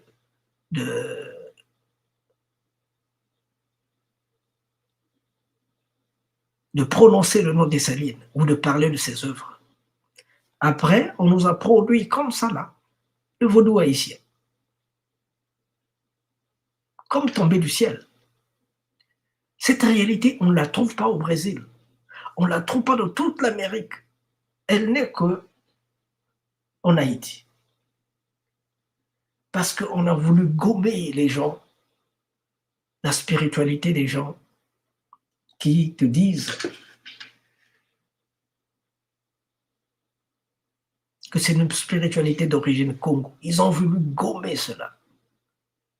Et ils l'ont fait brutalement, sur tous les plans. Alors que la guerre de Haïti a été, ça c'est Ati Max Beauvoir qui me le dit ici. C'est ce livre-ci. Ati Max Beauvoir est en train de me dire, la culture haïtienne est essentiellement congolaise. La population haïtienne est congolaise à plus de 75%. Notre modèle de guerre d'indépendance est un modèle Congo. Parce que les peuples,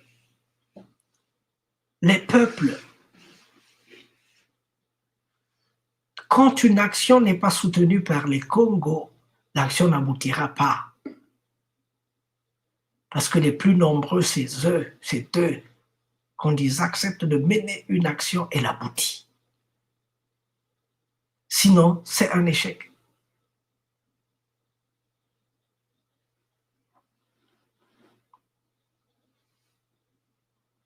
Donc voilà un peu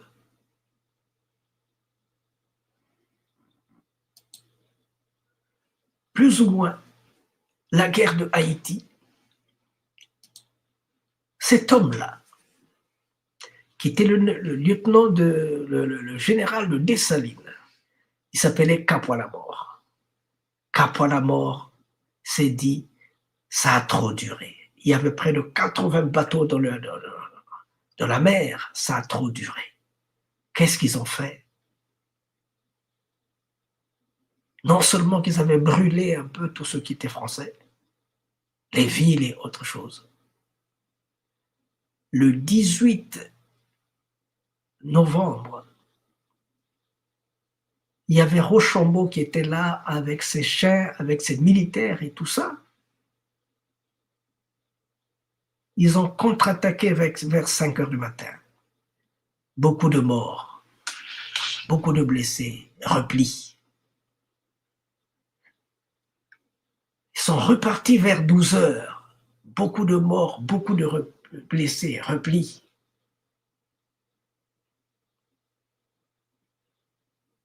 Alors, quand ils sont repartis vers 16 heures, 15 heures, quand ils sont repartis, ils ont dit, on ne fait pas back. Non, on va aller jusqu'au bout. Ils sont allés. Un boulet de canon a fleuré. Le casque de Capois-la-Mort.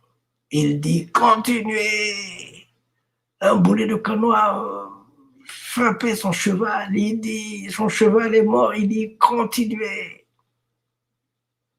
C'est pourquoi Rochambeau, à la fin, a dit à son général, sors le drapeau blanc, on ne peut pas résister, je ne veux pas mourir ici, on ne peut pas résister.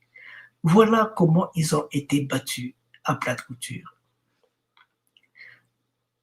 Cet homme-là était Congo, Capois-la-Mort est Congo. Et la majorité de ceux qui étaient là étaient des Congos. Pourquoi? Parce que la population haïtienne est formée de 80% des Congos. Ce qui est vrai pour Haïti, l'est pour la Guadeloupe, la Martinique et beaucoup de pays là. Simplement parce que à cette époque-là, quand les gens ont déserté les champs de canne à sucre, on ne pouvait trouver des esclaves que là où on a pu maîtriser le roi en terre Congo. C'est ce qui explique que pour aller relever les champs des esclaves, c'est là où on a pris une grande partie. Que ce soit au Brésil et partout là, ce sont des Congos qui ont maîtrisé toutes ces zones-là. Ils parlaient la même langue, ils avaient les mêmes objectifs, en partant du Congo comme dans les bateaux. Alors, si 80% des gens sont Congo, dites-moi, combien de personnes y a-t-il qui venaient d'Alada, du Bénin? Ça doit être 2 ou 5%. Donc, quand la France n'arrive pas à vous gérer économiquement, militairement, il vous impose la guerre spirituelle. Et quand le monseigneur, le cardinal haïtien est nommé, la première des choses qu'il dit, le problème du sous-développement de Haïti, c'est le vaudou. Du pro, on a donné la liberté à Haïti et tu dis que le problème des Haïtiens, du développement de Haïtiens, c'est le vaudou. Et Max Beauvois dit, mais quand vous allez à gauche et à droite chercher le développement, chercher de l'aide, pourquoi vous ne demandez pas aux Haïtiens, à nous, les vaudouisants, pourquoi vous ne demandez pas à nous?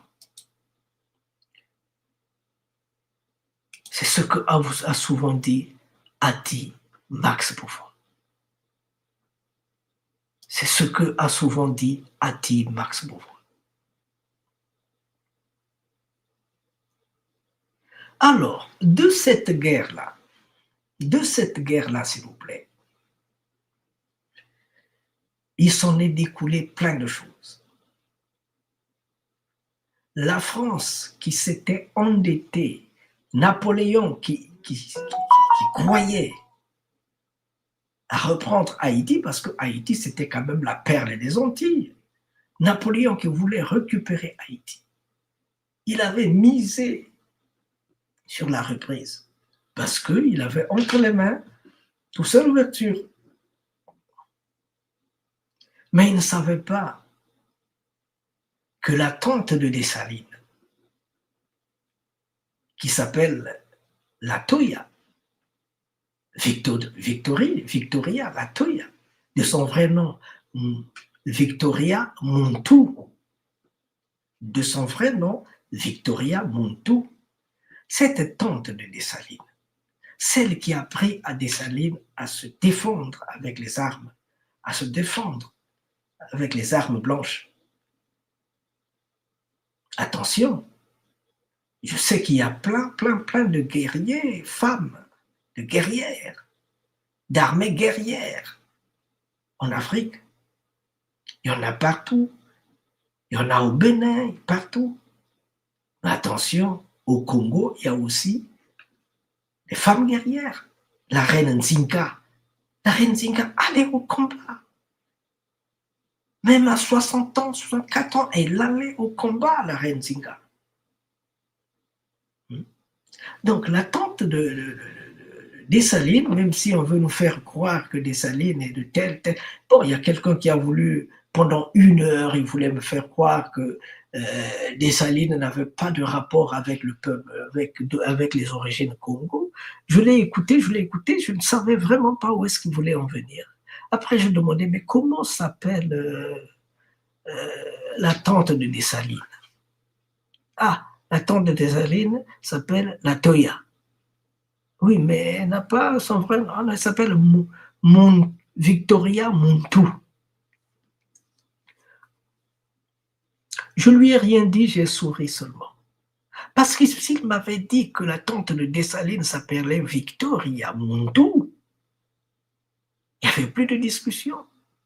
Parce qu'au Congo comme ailleurs, en Afrique comme ailleurs, quand tu t'appelles Vladimir, on sait que tu es slave.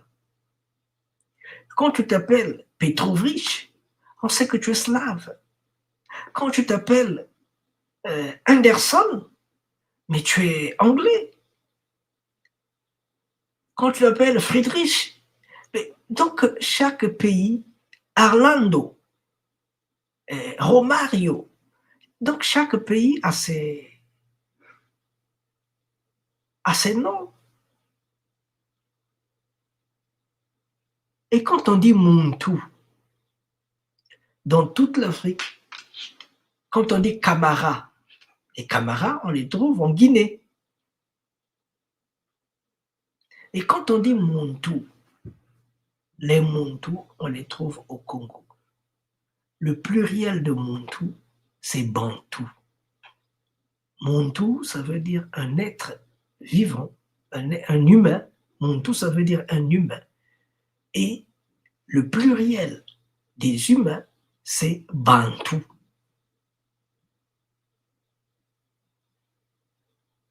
Maintenant, allez me dire si la tante de Dessalines avait des relations avec des origines Congo. Pensez-vous que Dessalines ne pouvait pas en avoir? Bon. Je ne fais pas cette guerre-là. Chacun peut être ce qu'il est. L'important, c'est la conviction.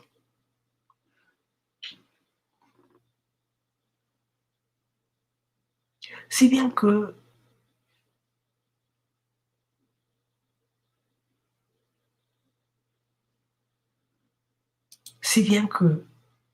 la France, en voulant trop nuire à Haïti, elle a perdu. La France a beaucoup perdu. Un petit coussin musical et on va entamer la dernière partie qui est celle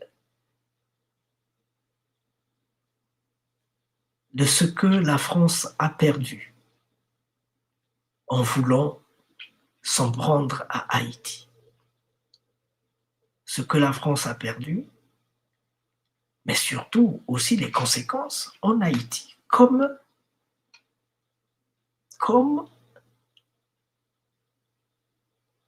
en terre Congo, dans les Amériques comme en terre Congo.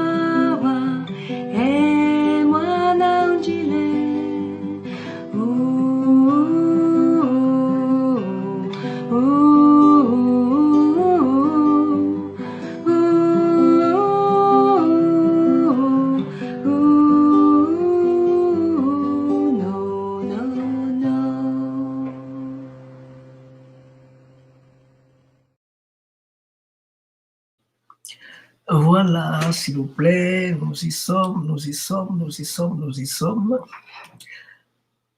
Alors, la France qui avait besoin, j'ai dit la France, je veux dire Napoléon Bonaparte, qui avait besoin de mettre Haïti sous ses ailes, de faire de Haïti un département un département de la France comme la Guadeloupe, la Martinique, ainsi de suite, alors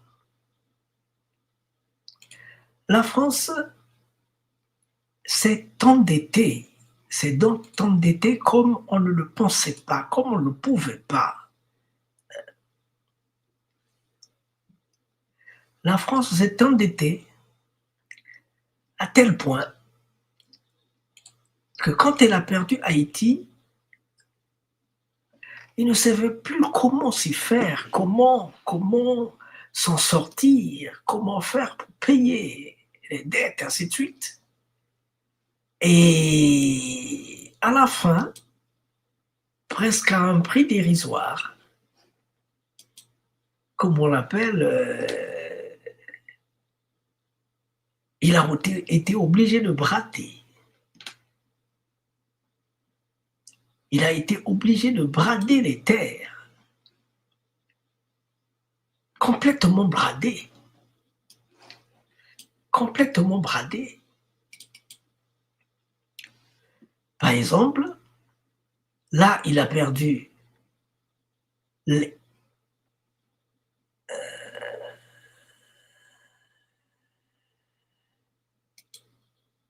attention, ok. Donc je disais qu'il a perdu 22% de territoire américain. Tout ce qui est en bleu là, tout ce qui est en bleu ici, bleu ciel, était français. Montagna,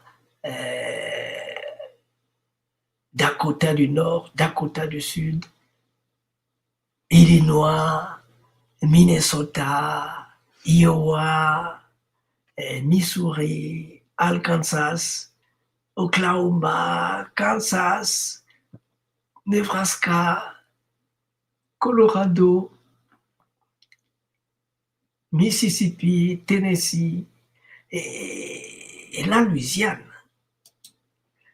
Donc, finalement, la France a perdu tout ça. Et ce n'est pas tout. La France a perdu aussi tout le Canada qui était français. Tout le Canada qui était français. Il ne reste plus que la Guyane. Non, il ne lui reste plus que le Québec. Donc presque un cinquième. Il a perdu presque un septième ou un dixième du territoire canadien. Pour ne pas dire un quinzième du territoire canadien. Sans oublier que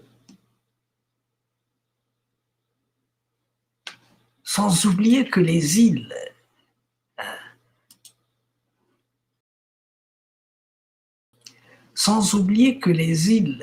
françaises, je veux parler de Saint-Domingue, qui était une île française, devenue espagnole, Saint-Martin, et plein de îles qu'ils ont perdues. Ils ont perdu aussi dans l'océan Indien. Et naturellement, ils ont perdu. C'était la première puissance dans cette époque-là. Et la France est devenue toute petite. Je ne veux pas dire que les périodes se ressemblent, parce que ce que je suis en train de voir en France maintenant, ça pourra aboutir à cela. Donc la France, qui était presque la plus grande puissance, est réduite à presque rien.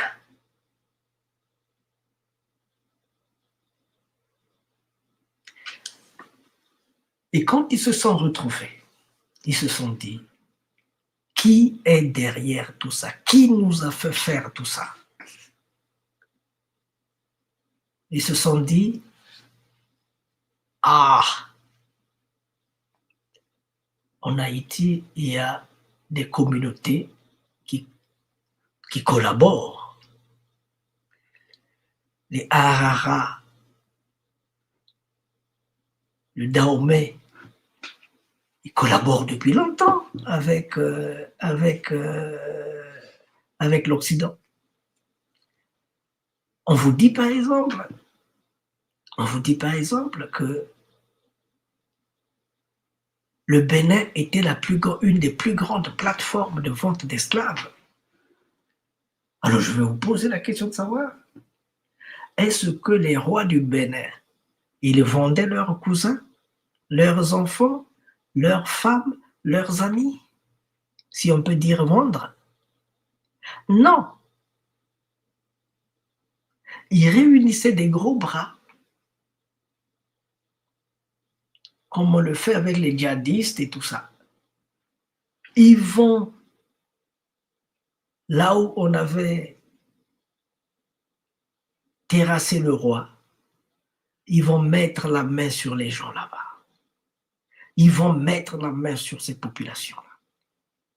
C'est comme ça que des grands maîtres de la spiritualité africaine comme les Makandal, les Makaya, les Makoso,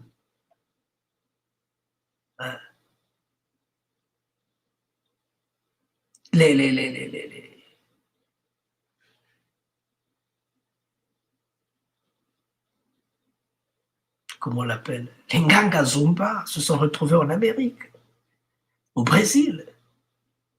C'est comme ça que les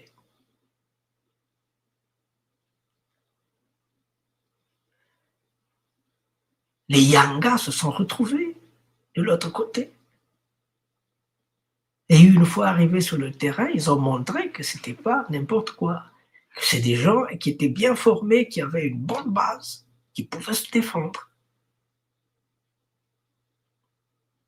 On a fait payer à Haïti près de 21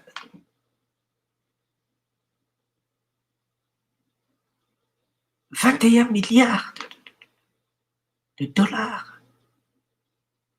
Non, de francs or à cette époque-là.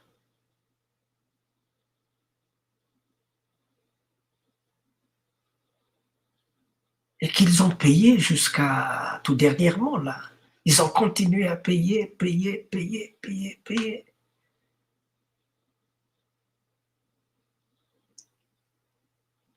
Mais ça ne s'est pas arrêté là. Les Haïtiens ne savent pas ce que les Congos, les Sundis vivent en terre et Congo. Les Haïtiens ne le savent pas. En terre et Congo, les Congos sont interdits de gérer leurs terres. Je ne sais pas si je me fais comprendre. En terre et Congo, surtout dans la zone Sundi, les Sundis sont interdits de gérer leurs terres. On a besoin d'eux pour le travail. Quand les ambassades veulent le recruter, ils regardent d'abord les noms. Ils regardent. À partir du nom, ils peuvent savoir d'où tu es. Donc, les premiers sur la liste à recruter, ce sont les Sundis. Pour les travaux durs, les travaux intellectuels et tout ça, les gens dont ils ont besoin, même pour avoir un bon caissier, même pour avoir les caissiers, pour ceux qui doivent gérer la finance et tout ça, ils ont besoin des Sundis.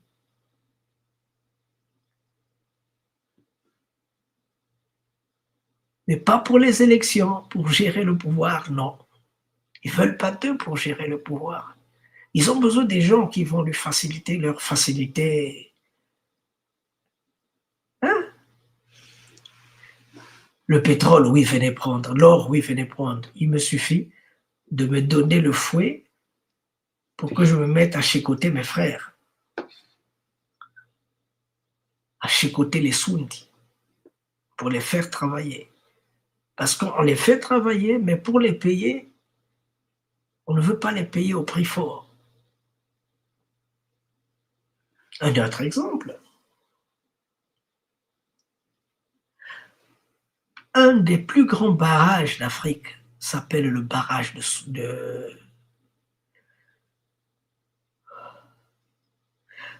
barrage de Inga en République démocratique du Congo. Ce barrage-là peut alimenter toute l'Afrique, pour ne pas dire la moitié de l'Afrique. Le débit est très fort.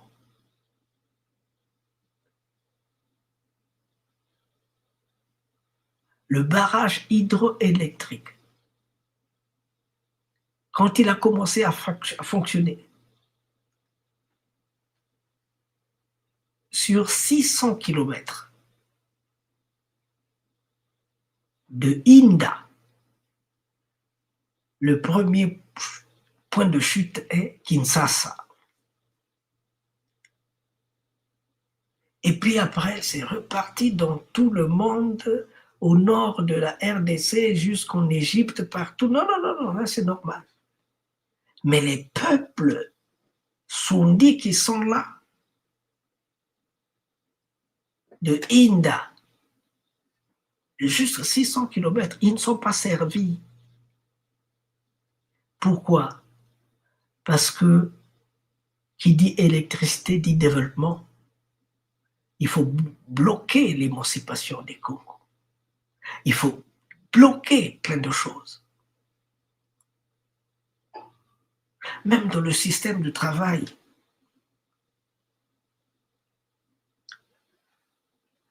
Les Sondis sont pénalisés. C'est bien que quand vous allez compter le nombre des exilés congolais, les Sondis sont les plus nombreux.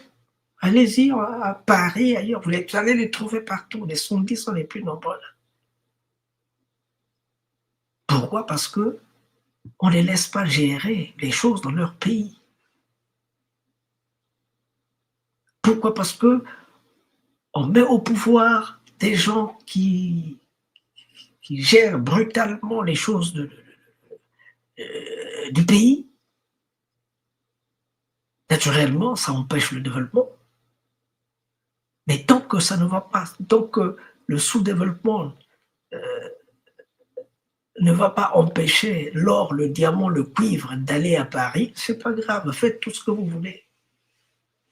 Voilà ce qui se passe. Si bien que, pour revenir au Moussoundi,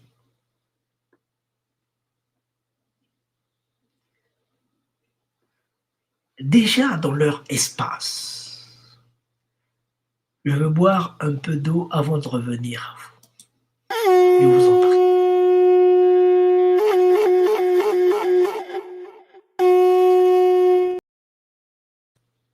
Cette musique que je vous mets, c'est la musique du Pétrolemba, la musique de la spiritualité Moussoundi. Cette musique est saccadée. Elle est tellement saccadée qu'elle vous permet de vibrer et de rentrer en transe et de rentrer en communion avec le spirit. C'est la même musique que le Pétrolemba en Haïti.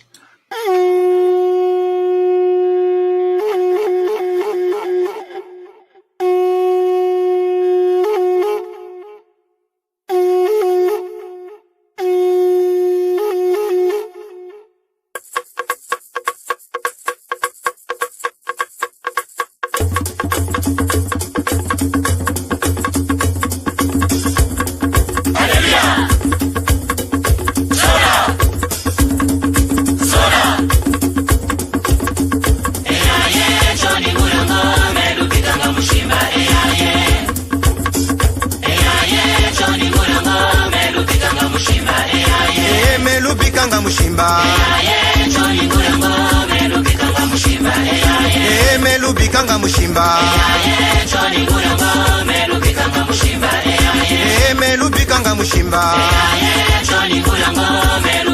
Kongwe Nsilulwe Kongo, Kongwe Nsilulwe Kongo. Kongwe Nsilulwe Kongo, Kongwe Nsilulwe Kongo. Kongwe Nsilulwe Kongo, Kongwe Nsilulwe Kongo. Kongwe rata machua ya Kongo, Kongwe rata makoko Kongo. Kongwe Nsilulwe Kongo, Kongwe Nsilulwe Kongo. Kalumona ndi wonge balabani, lumona ndi wonge sambileno. Kalumona ndi wonge balabani, lumona ndi wonge sambileno. Kalumona ndi wonge balabani, lumona ndi wonge sambileno. Kalumona ndi wonge balabani, lumona ndi wonge sambileno. Kalumona ndi wonge balabani, lumona ndi wonge lusambile. Kalumona ndi wonge balabani, lumona ndi wonge lusambile. Bebe ikondolo tata mumasese ikweto mebunsana. Bebe ikondolo tata mumasese ikweto mebunsana. Bebe ikondolo tata mumasese ikweto mebunsana. Bebe ikondolo tata mumasese ikweto mebunsana. Bebe ikondolo tata mumasese ikweto mebunsana. Bebe ikondolo tata mumasese ikweto mebunsana. Bebe ikondolo tata mumasese ikweto mebunsana. Bebe ikondolo tata mumasese ikweto mebunsana. Bijulube bunsana, bijulube bunsana, balabani, balabani, chitwendenwe, chijatenwe, chitwendenwe. Mekana sale, muzila banzao. Mekana sale, mekana sale, muzila banzao. Mekana sale, ya, mekana sale, muzila banzao. Mekana sale, muzila banzao. Babingi tweye, bamana kwenda. Mekana sale, muzila banzao. Mekana sale, ya, mekana sale, muzila banzao. Mekana sale, muzila banzao.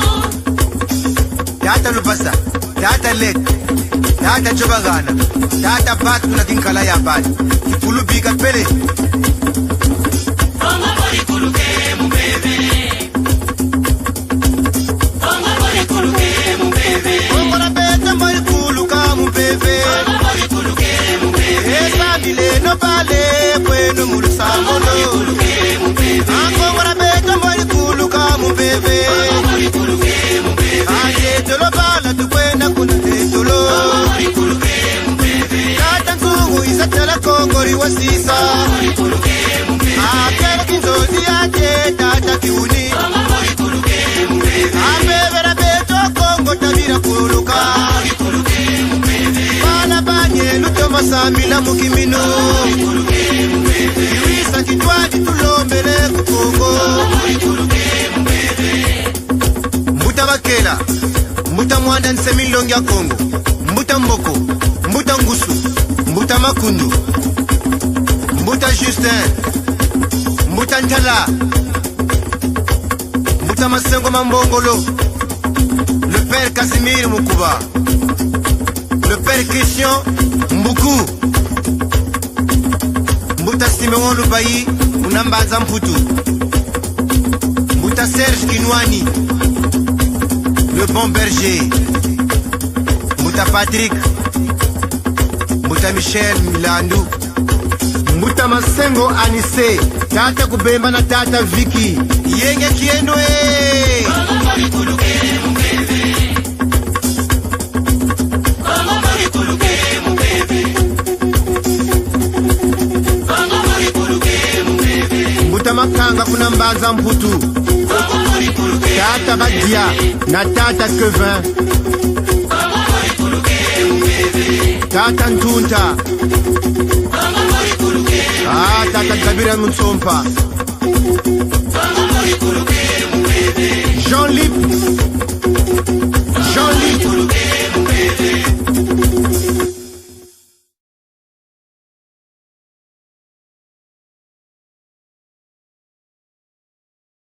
Voilà, donc je disais, disons que ça commence à un peu peser sur les épaules. Il faut qu'on prenne un peu beaucoup plus d'énergie, sauf pour aller de l'avant. Mais je voulais dire que, un peu pour conclure cette partie, je voulais dire que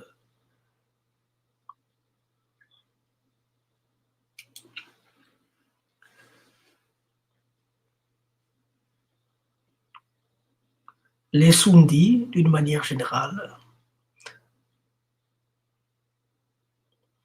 c'est plus ou moins la garde républicaine, la garde royale.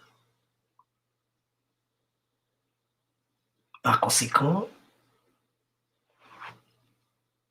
il n'est pas permis beaucoup d'erreurs, de commettre beaucoup d'erreurs, beaucoup de bêtises, parce que sinon, vous êtes foutus.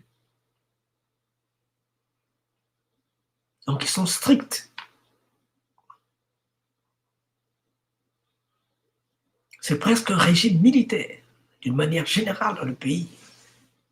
Vous avez vu que le roi n'a pas hésité de faire enterrer sa mère, parce que la loi le disait. Enterrer vivante sa mère.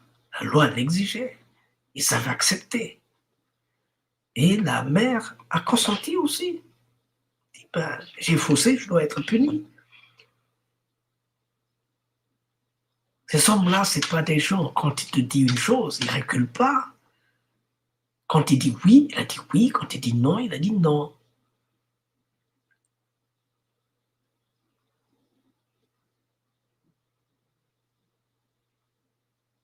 Quand le roi Alfonso Ier s'est entendu avec le roi du Portugal,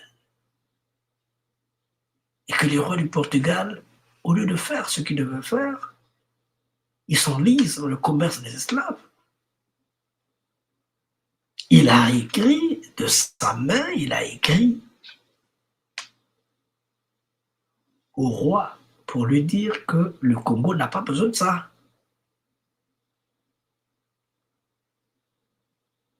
Et 50 ans après, ils ont envoyé au Vatican Nevunda pour aller changer les cartes, pour dire qu'on ne veut plus travailler avec le Portugal, on veut travailler avec le Vatican. Bonnet blanc, blanc bonnet, malheureusement. Mais au moins l'acte est posé. Quand on revient à Tata de Musundi, Tata de Musundi,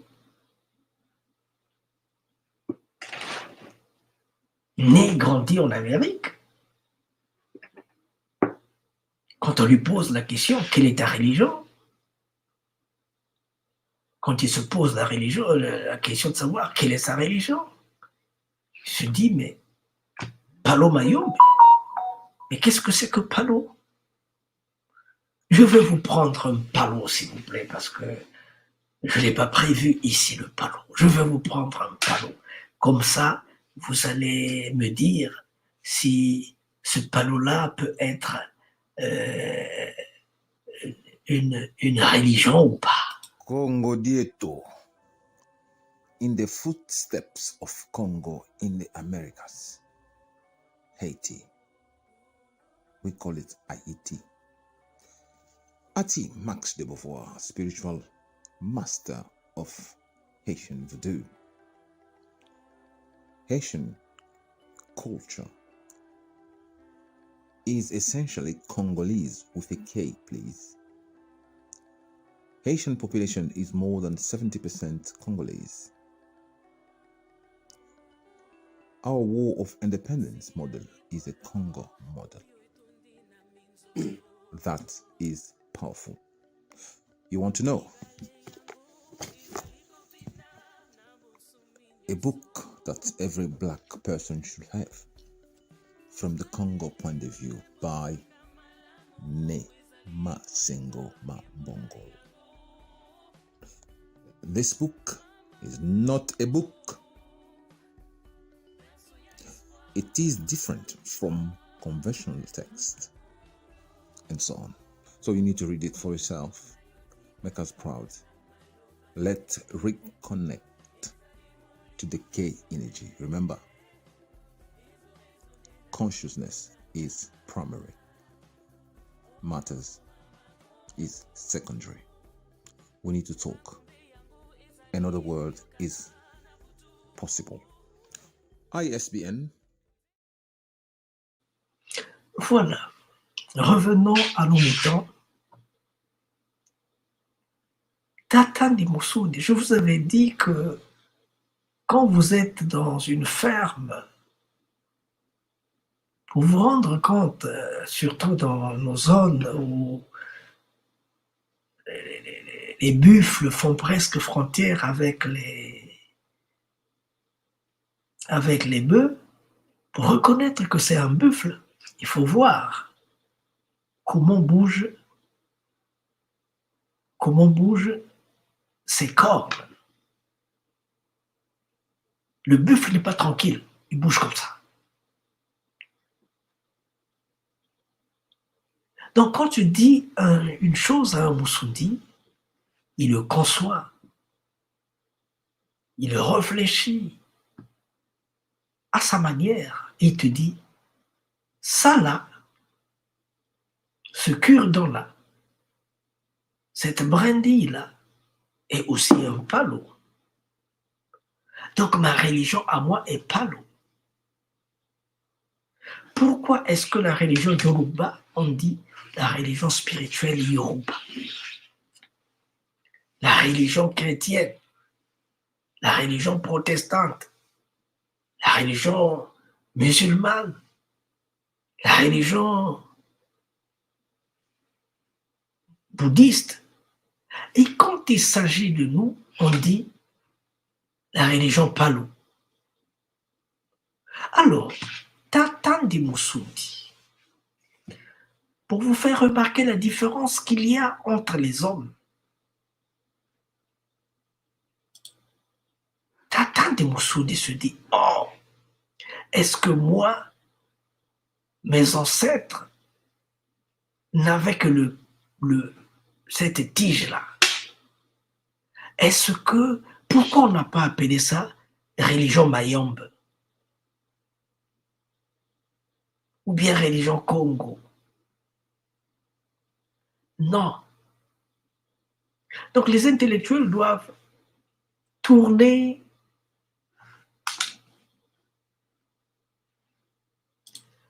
les intellectuels doivent tourner 7 fois la langue dans leur bouche avant de dire une chose, avant de concevoir une chose, avant d'accepter une chose. Ils doivent réfléchir. Lui se dit, est-ce que ma religion ne peut être que ça? Non. Ma religion n'est pas un bois. Ma religion, c'est la religion des Masundi. C'est Moussoudi. Je suis un Moussoudi, donc ma religion doit s'appeler la religion Moussoudi. Voilà la différence entre lui et tous les autres. La différence entre lui et tous les autres.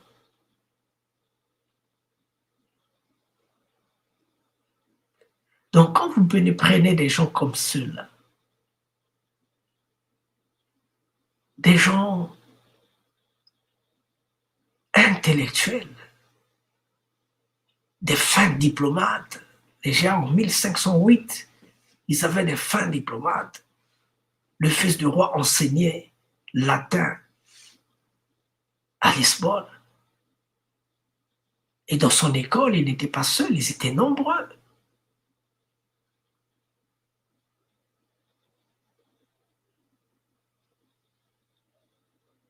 Quand vous assassinez le roi et que vous prenez ces peuples-là, vous les amenez dans les Amériques, à quoi vous attendez-vous? Ils vous ont fait ce qu'ils savent faire. Makanda, Makandal. Il a brûlé les plantations pendant 1 mois. Le feu a pris pendant 1 mois. Tu pouvais ramasser l'aiguille par terre à minuit. Ça brûlait partout. Il a empoisonné. Il a saccagé. Il a dit, libérez mon peuple.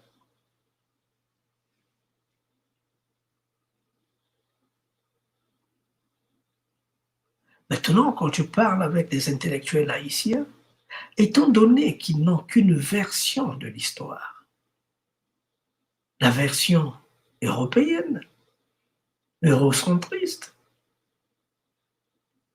cette version-là ne les aide pas à comprendre ce qui s'est passé. Parce que ceux qui ont fait leur lutte, ils l'ont fait dans une langue, ils l'ont fait dans une culture, ils l'ont fait dans des manières de faire africaines. Il faut donc aller étudier l'histoire de Makandal en Afrique pour comprendre ce que Makandal a eu à faire. Il faut comprendre les protocoles d'accord, tout ce que eux ils ont eu avec les Africains de l'autre côté pour essayer d'expliquer ce qui s'est passé. Le nom Congo, pourquoi les Congos ont dit non?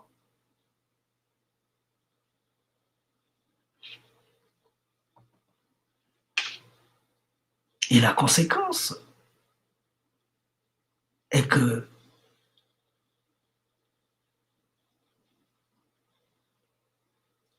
Marie-France Massembo, la Guadeloupéenne, que j'ai invitée au Congo en 1994, a dit « Chez lui, tu peux être tout, sauf avoir la peau noire, les cheveux crépus, et surtout réclamer d'être originaire des terres Congo. » Alors là, vraiment, tous les crédits sont coupés. Il n'y a rien pour toi. Ça, c'est dans les Amériques. Si bien que Massembo a des cousins qui ne veulent plus se reconnaître être Congo. Ils préfèrent être autre chose que d'être Congo.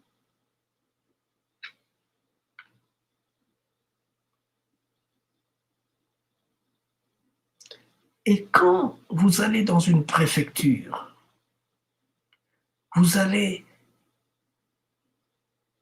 voir, en France par exemple, que le Martiniquais, pour un rien, il s'en prend à toi parce que tu as la peau noire, parce que surtout tu es Congo. Il s'en prend à toi. Et même l'Européen, je dis, mais qu'est-ce qu'il a fait de mal?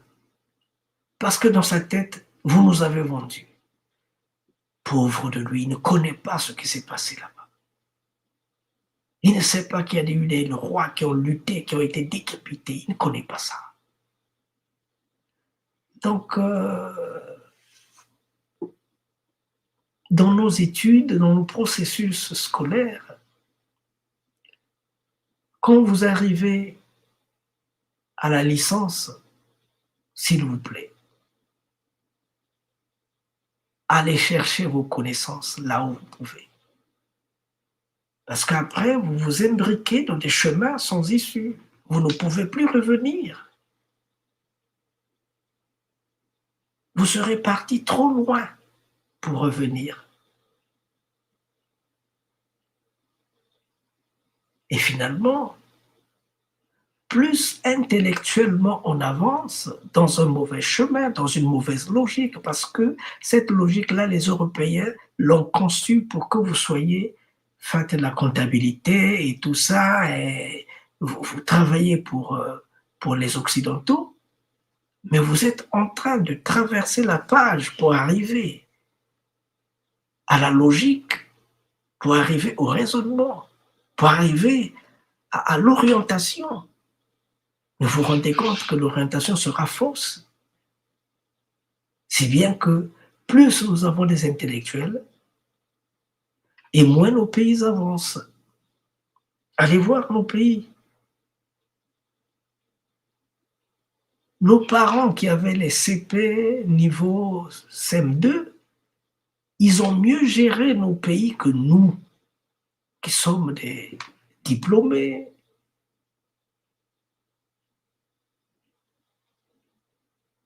Nos parents qui avaient le certificat primaire, ils ont mieux géré le pays que les universitaires. Pourquoi? Mais parce que l'enseignement qu'on nous a donné est un enseignement tourné vers l'enrichissement de l'Occident, pas pour enrichir les Africains. Et c'est un enseignement négatif, c'est un enseignement qui ne nous aide pas. Il faut qu'on reformule nos écoles, il faut qu'on refasse d'autres structures. Il faut qu'on crée des systèmes de développement. C'est pourquoi au Congo, il y avait les Lemba. Quand tu atteins un certain degré, on te fait rentrer au Lemba. Lemba, c'est une académie où vous apprenez à gérer. Tu peux être médecin, ingénieur, n'importe quoi. Quand tu rentres là pendant 6 mois, on t'apprend à gérer le monde des vivants et le monde des morts. Pendant 6 mois, on t'apprend ces choses-là. Et quand vous sortez de là, et qu'on mette la main dessus, qu'on vous amène en Haïti, mon œil, ils vont pleurer, ceux qui t'ont amené. Ils vont regretter de t'avoir amené, parce que tu n'es pas n'importe quoi. Donc, je pense que l'essentiel a été dit. L'essentiel a été dit. Je suis un peu fatigué aujourd'hui. La journée a été longue, il y a plein de problèmes aussi en Afrique, ainsi de suite. Donc je disais que nous avons terminé, au moins pour cette conférence. Nous allons terminer là, nous allons continuer notre soirée avec plein d'autres choses. Nous allons terminer là.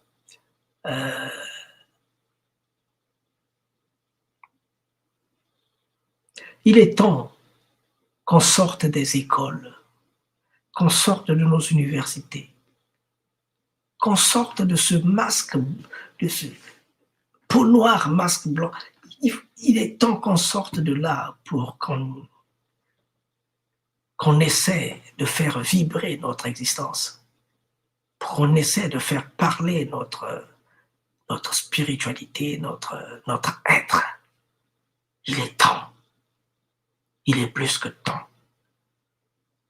Essayez de jeter un coup d'œil ce qui se fait au Burkina Faso. Essayez de regarder. Quand l'Africain commence à se regarder comme il est lui-même, quand le visage de l'Africain commence à se miroiter dans son miroir, le développement vient sans même sonner d'alarme. Le peuple est prêt. Ce sont nous les intellectuels qui ne sommes pas prêts. Ce sont nous les intellectuels qui avons fait fausse route.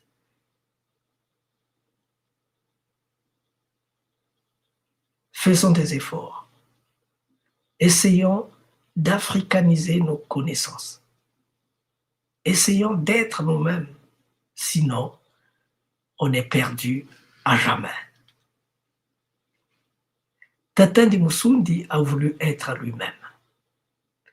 Tata Ndimusundi a voulu exprimer son être. Il nous a appris plein de choses. On ne peut que le lui remercier. C'est donc terminé, c'est terminé pour aujourd'hui. C'est terminé. Ce que nous devions faire a été fait. Merci beaucoup, merci pour tous ceux qui nous ont suivis. On va continuer demain. Non, demain, il n'y a rien. C'est plutôt... Demain, il n'y a rien. Demain, vendredi, il n'y a rien. C'est plutôt samedi. Samedi, à 19h, il y aura les images comme d'habitude.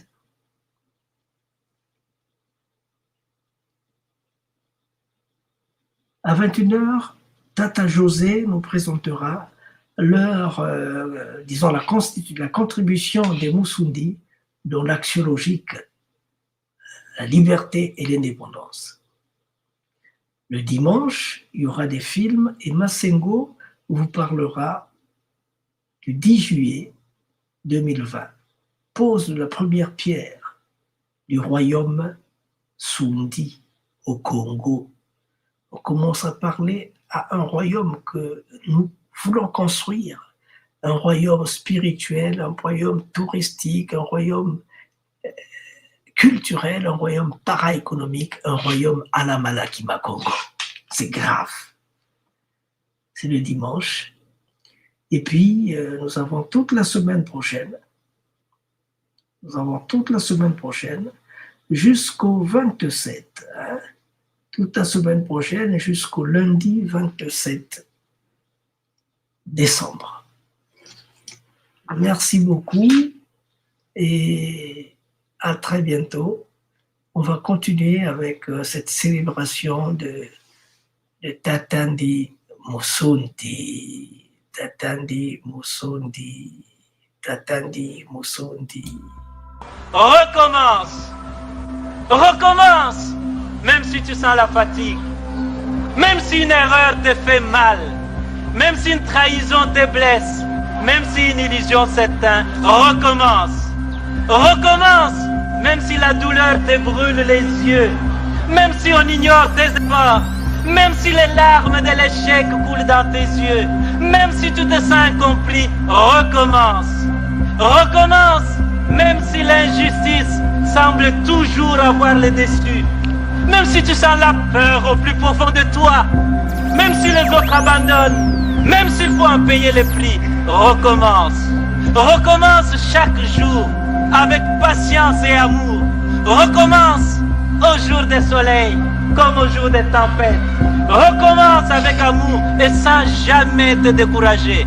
Recommence pour Dieu, avec Dieu, comme Dieu. Recommence pour ton peuple, avec ton peuple.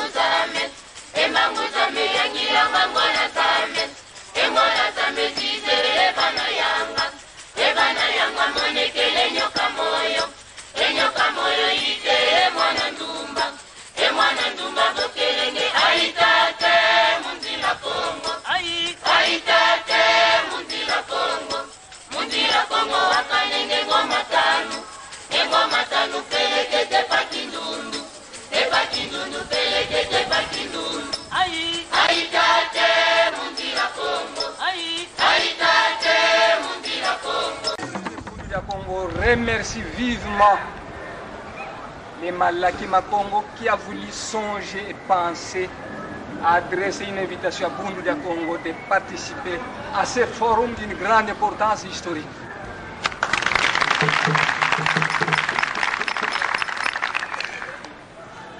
Longia Congo a dit un peuple qui perd sa langue et qui oublie sa culture ressemble à un arbre déraciné, tôt ou tard fanera.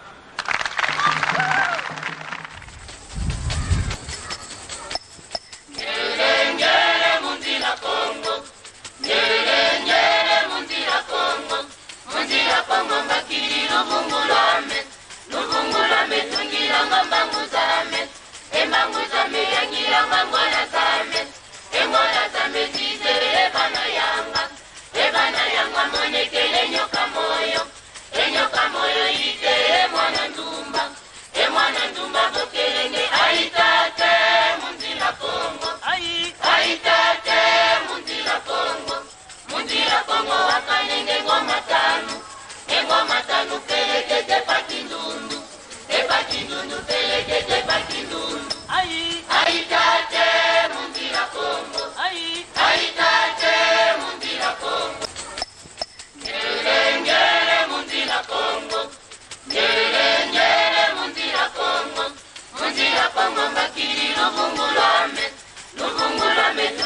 Mama Musa